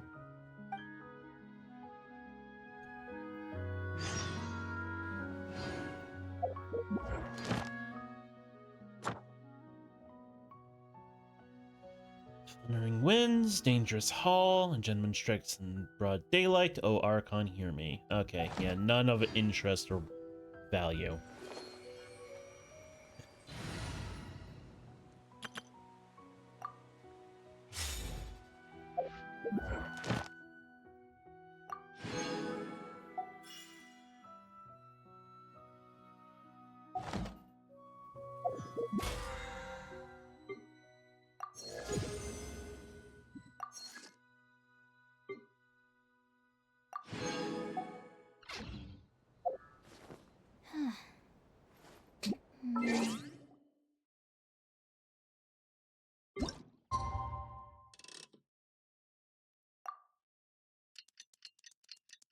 Man, I've been going for 3 hours. Hot damn.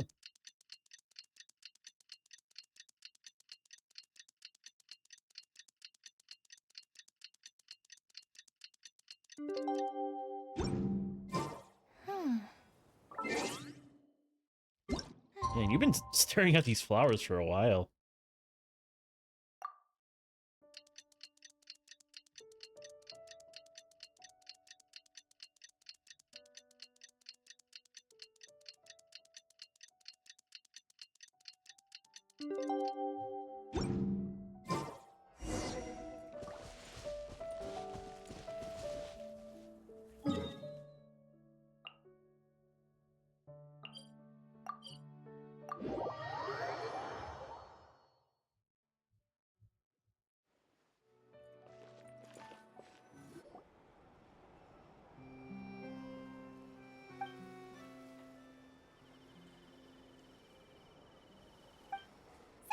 It's been a while. Hey there, you two! Sorry I've been scarce. I've been buried in marketing and preparing the film for release ever since we wrapped post-production. The award ceremony is today, right? Paimon wonders if we'll win the Farina Award. I'd give it a 90% chance. Farina! Oh, Paimon didn't know you were already here. You're earlier than everyone else. I'm sure the others will also be here in no time. Xavier, if we end up getting called on stage, shouldn't you come up with a name for our crew? What? But we don't even know if we're going to win. I wouldn't want to jinx our chances by celebrating early. Just open your eyes! Surely you've seen the audience's reactions to our film. We've had nothing but critical acclaim. You've also had conversations with the Opera House's operating staff, right? Didn't they want to increase the number of showings? With the Mora you've made from the box office, you can now open your very own film company. But that's all credit to my amazing crew. You've all helped to make this a reality, so I can't be the only one asked to come up with a name. Well, give it some thought. I'm sure the crew will respect your choice. All right, but before that, Traveler and Paimon, could I trouble you to quickly pay a visit to the Fortress of Meripede? Huh? But shouldn't we stay for the award ceremony? I wanted to ask you two to invite Shavraz to join us at the ceremony. She's one of the lead roles, after all. I haven't been able to find her recently, so I haven't had the chance to invite her personally. According to the papers, the culprits of the Musket murder case will be personally escorted today by the captain of the Special Patrol to the Fortress of Meripede. Oh, Paimon gets it now. That'll be a piece of cake for us. Yep, just wait here, Xavier, and maybe try to come up with a few snappy-sounding names. All right, then I'll leave you to it.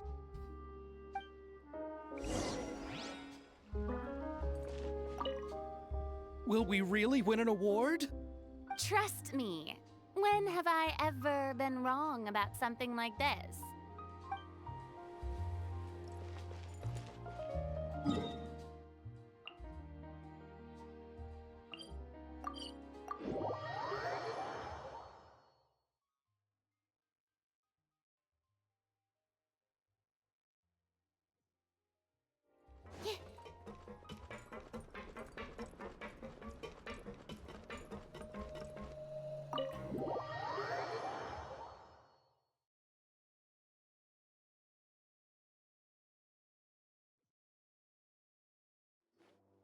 This is as far as I'll be taking them. I'll leave the three of them to you now. Got another errand to run? Something like that. I'm expected at a party. Now that's something you don't hear every day. Found a new pastime? No, it's just a special occasion. Shavras! Risley! Festivals really do bring people together. It's been a while since I last had so many visitors at the Fortress of Meripede. Call it the festival spirit, I guess. Yeah, you could say that. Even our head nurse has gotten herself all worked up preparing super deluxe nutritious shakes. Just one gulp and you'll have met all your nutrition needs. Were you talking about work just now?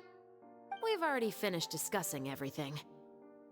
So, what do you think about my heads up, Mr. Risley? I believe I haven't yet made any promises or guarantees. But you also didn't shoot me down. Here, how about this? You could give everyone a copy of the newspaper. Perhaps on the day when the cover story happens to, oh, I don't know, expose a certain someone's misdeeds from 20 years ago? I suppose then a certain someone may soon find himself the most unlucky person in the Fortress of Meripede? While another two people will soon be hailed as heroes. Speaking of heroes, did you two need something from me? Oh, actually, we're here for... You're here to invite me to the party, right? Don't worry, I didn't forget. Ooh, then let's head back right away! See you, Risley! Happy Fontanalia Festival! And the same to you.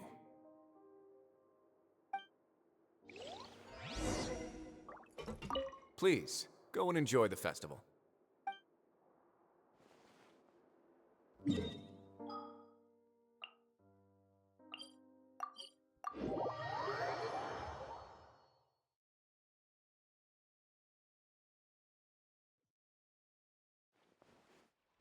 And the winner of the Farina Award for the first Fontanalia Film Festival is... The Two Musketeers!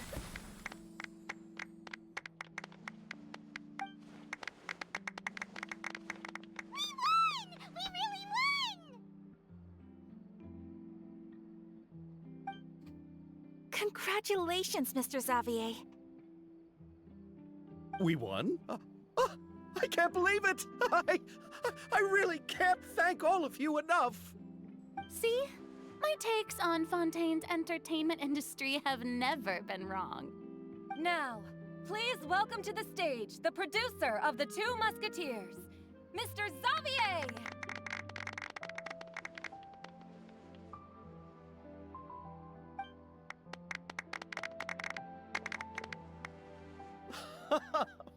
Thank you! Thank you all so much for your recognition and support.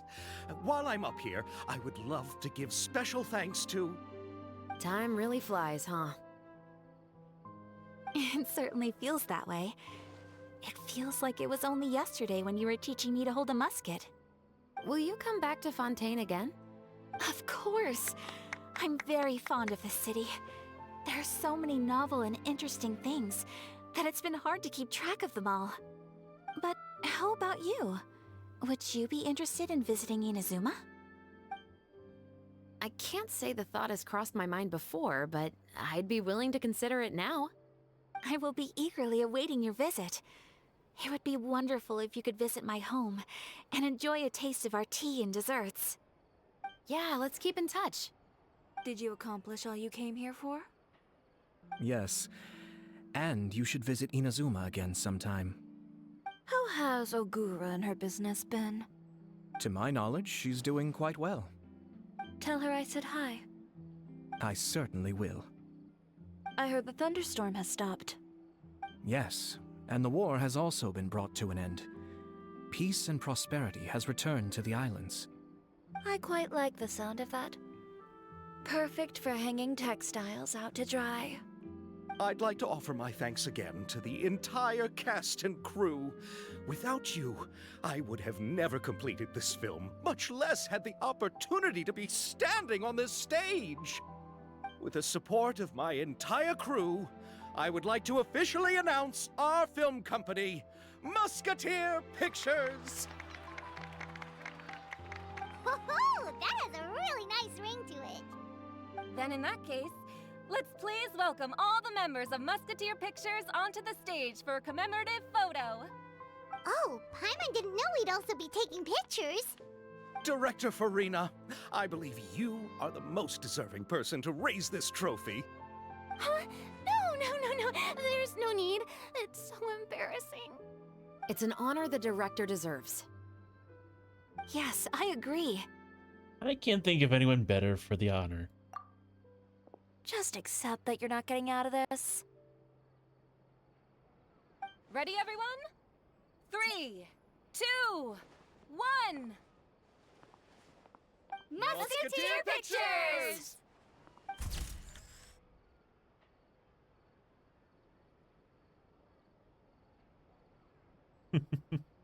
It's so cute.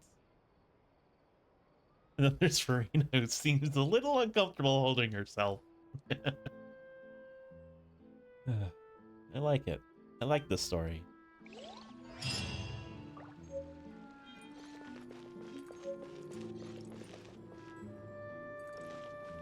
Miss Yoimiya, we haven't had the chance to talk, but please accept my thanks for everything you've done over the past few days. Oh, but I feel like I didn't do anything out of the ordinary. I'm very grateful for your assistance during that special performance in the warehouse. It was always going to be somewhat risky, to engage and draw away Morris all on your own. You're only a civilian and have never been trained to act in such a dangerous situation. Don't say it like that. As the director's assistant, it was my duty to help out the crew however I could. It was an honor to help you solve the case. I have to admit, though, my heart was thumping super hard the entire time it was laying on the ground. I was scared that everyone would notice. You did great. Oh, and before I forget, if you ever visit Inazuma, please come and pay a visit to Naganohara Fireworks. I'll make some fireworks for you. I even know what shape we'd make. I'm guessing a musket. Telling you now would ruin the surprise. If you really want to see it, just come and visit me.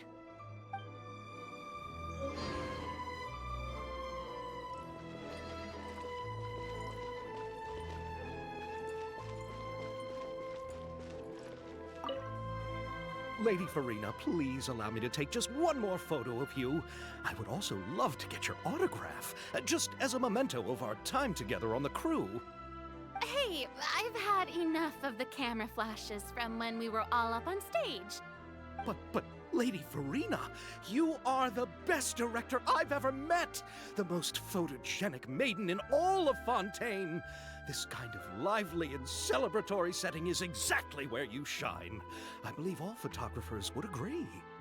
Come, the brightest star of our land! Show us your light! The camera is waiting to sing praises of your beauty! Well, I'm flattered, but... All right. I'll humor you and try a few more different poses. But I don't have to hold the trophy, right? Of course. You may pose however you like. Thank you so much. Thank you so much. By the heavens, my luck has been beyond belief. I'm having a hard time coming to terms with it now. Oh.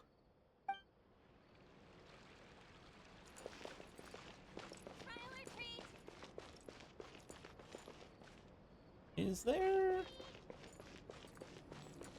more to this?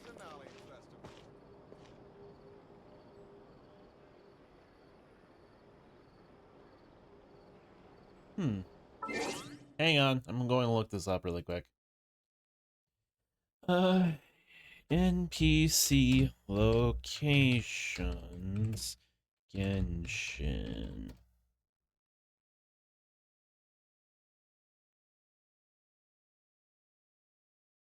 What is the name of this event? Rose is a musket.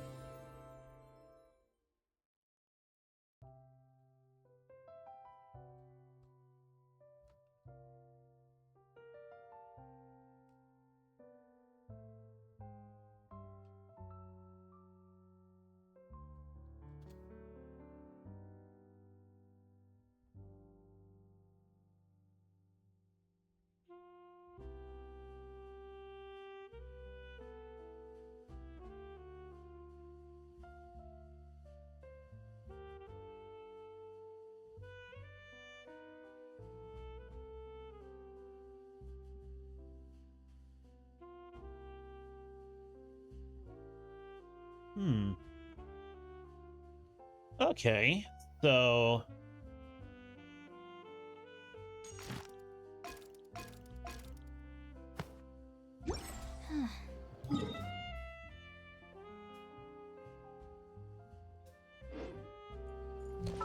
Okay. I think I know where everyone is. Good, good, good. Let's go.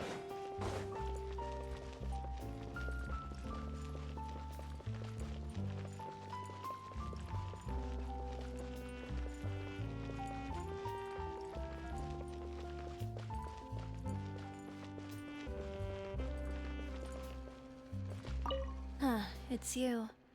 Is there something I can help you with? About Chioria Boutique. Interested in our couture services? Just give me the word. Thanks to you, we were also able to premiere the film in time. Its success has increased the reach of my brand. But we didn't really do anything. There's no need to be humble. You helped Xavier and Chevreuse, and even Kirara's told me many good things about you. They are all my friends. You've done far more than what you give yourself credit for. About your work. I am merely a fashion designer. I don't have anything else I moonlight as. But when you run a business, it's inevitable that as you make more friends, you'll also encounter all sorts of thorny issues. You scratch my back, I'll scratch yours. It's just the common sense of business. About the film. Xavier's over the moon now that he's actually won the Farina Award. Maybe I'll actually find him in the fountain the next time I see him. The demand for couture at my boutique has also increased. So much so that I don't have enough staff to handle it. Looks like I'm one step closer to achieving my dream. Anyway, you will always be welcome at Chioria Boutique. I would love to see you both again at the upcoming Fontaine Fashion Week as well. I don't have any more questions. Okay, see you around.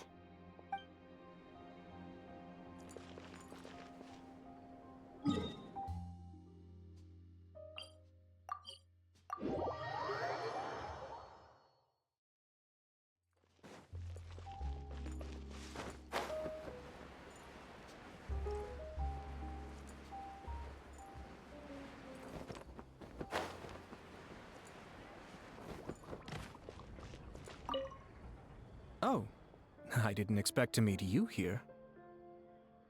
About your drink. I've been told that this is a beverage called Fanta. I quite like its unique taste. The slogan, a font of refreshment, is rather catchy as well. I'm starting to wonder if I could incorporate it into our cultural exchange initiative. What would happen if we were to add some sprigs of mint into Fanta? I believe this is an idea worth testing. Or perhaps we could even take it one step further and mix in an equal amount of milk tea medley.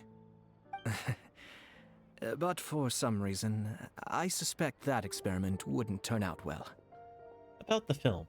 Thanks to you, the film was successfully completed and the Yashiro Commission secured a collaboration project with the Palais Mermonia. If another opportunity was to arise in the future, perhaps I should take on the chance to act as the protagonist. Or perhaps you think the role of villain would fit me better.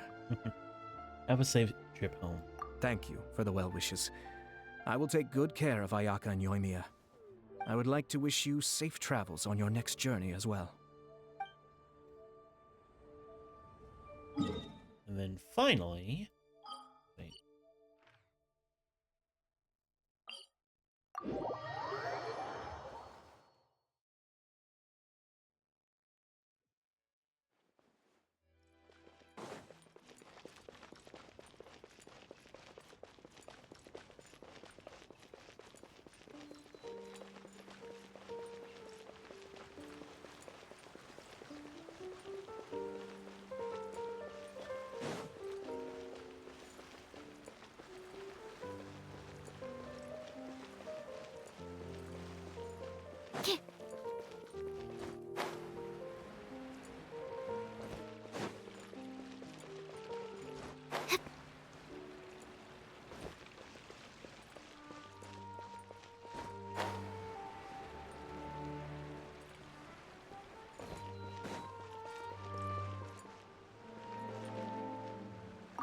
I'm so glad we were able to complete the film. Thanks for taking care of me while I was here. Your acting was brilliant. Really? Thank you. At first, I simply tried to work hard out of a desire to not become a burden to the crew. It would have been so embarrassing if the filming had to stop to accommodate my lack of skills. But Director Farina was both patient and knowledgeable, and Shavras and Elaine taught me a lot about the scenes and details. It was all thanks to their help that I was able to grow comfortable with the role. And even with all of that said, I still got a little flustered with praise, especially since everyone, including you, were complimenting me at the end. Did you have a good time? Yes. I visited many places with Yoimiya in between the filming sessions. The elegant streets, the beautiful flowers and greenery, and the dreamlike underwater world. Everything I saw will shine like stars in my memories. It also brings me joy to think that perhaps you've marveled at those exact wonders as well. Thank you for your hard work, Ayaka. It's nothing at all. I don't often have the opportunity to wander out into the world like this. Not only did I make many new friends during this trip, I also picked up many new skills from everyone around me. I will cherish this experience greatly. Oh, and I'm also going to bring some conch madeleines back to the Yashiro Commission as a gift. If we could enjoy them with some coffee, perhaps it'll feel as if I'd never left Fontaine at all. Have a safe and relaxing trip home. Thank you for looking out for me. Please do take care of yourself during your adventures as well. If the stars align, we'll see each other in Inazuma again.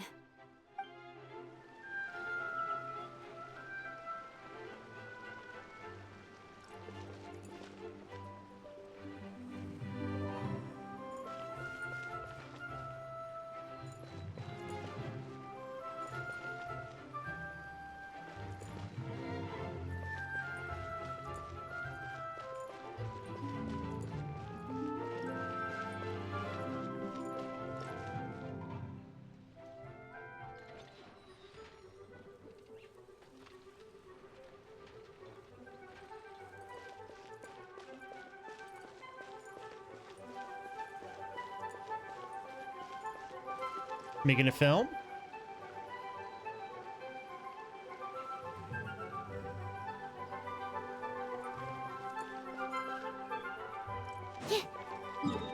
All right.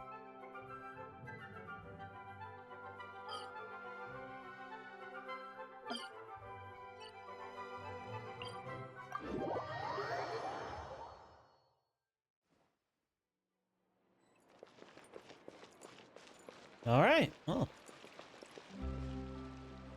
I think that's going to be it for tonight. That was fun. That was very entertaining. I actually really enjoyed that. That was a very good event. I'm glad I took part in it. I really do.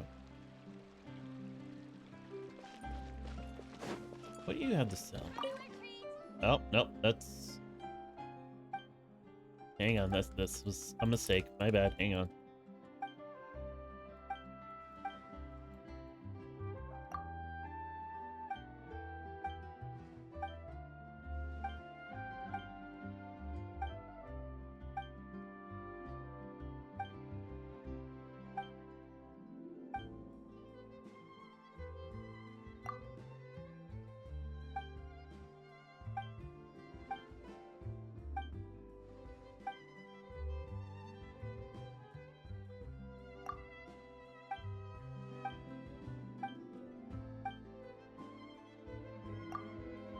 Yeah.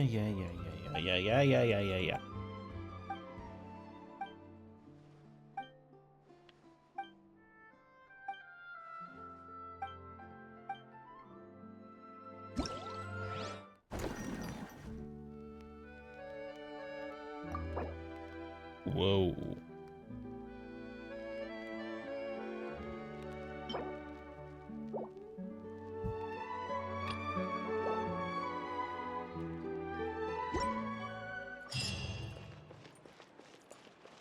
All right. So I'm gonna head out.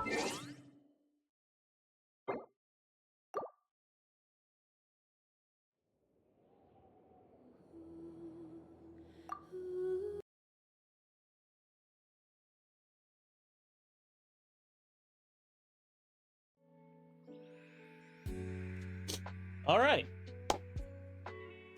Thank you guys so much for hanging out with me. I really do appreciate it. And I should be back soon with probably something else, because I know that not a lot of people like watching me play Genshin. But until then, keep being awesome, guys. See ya.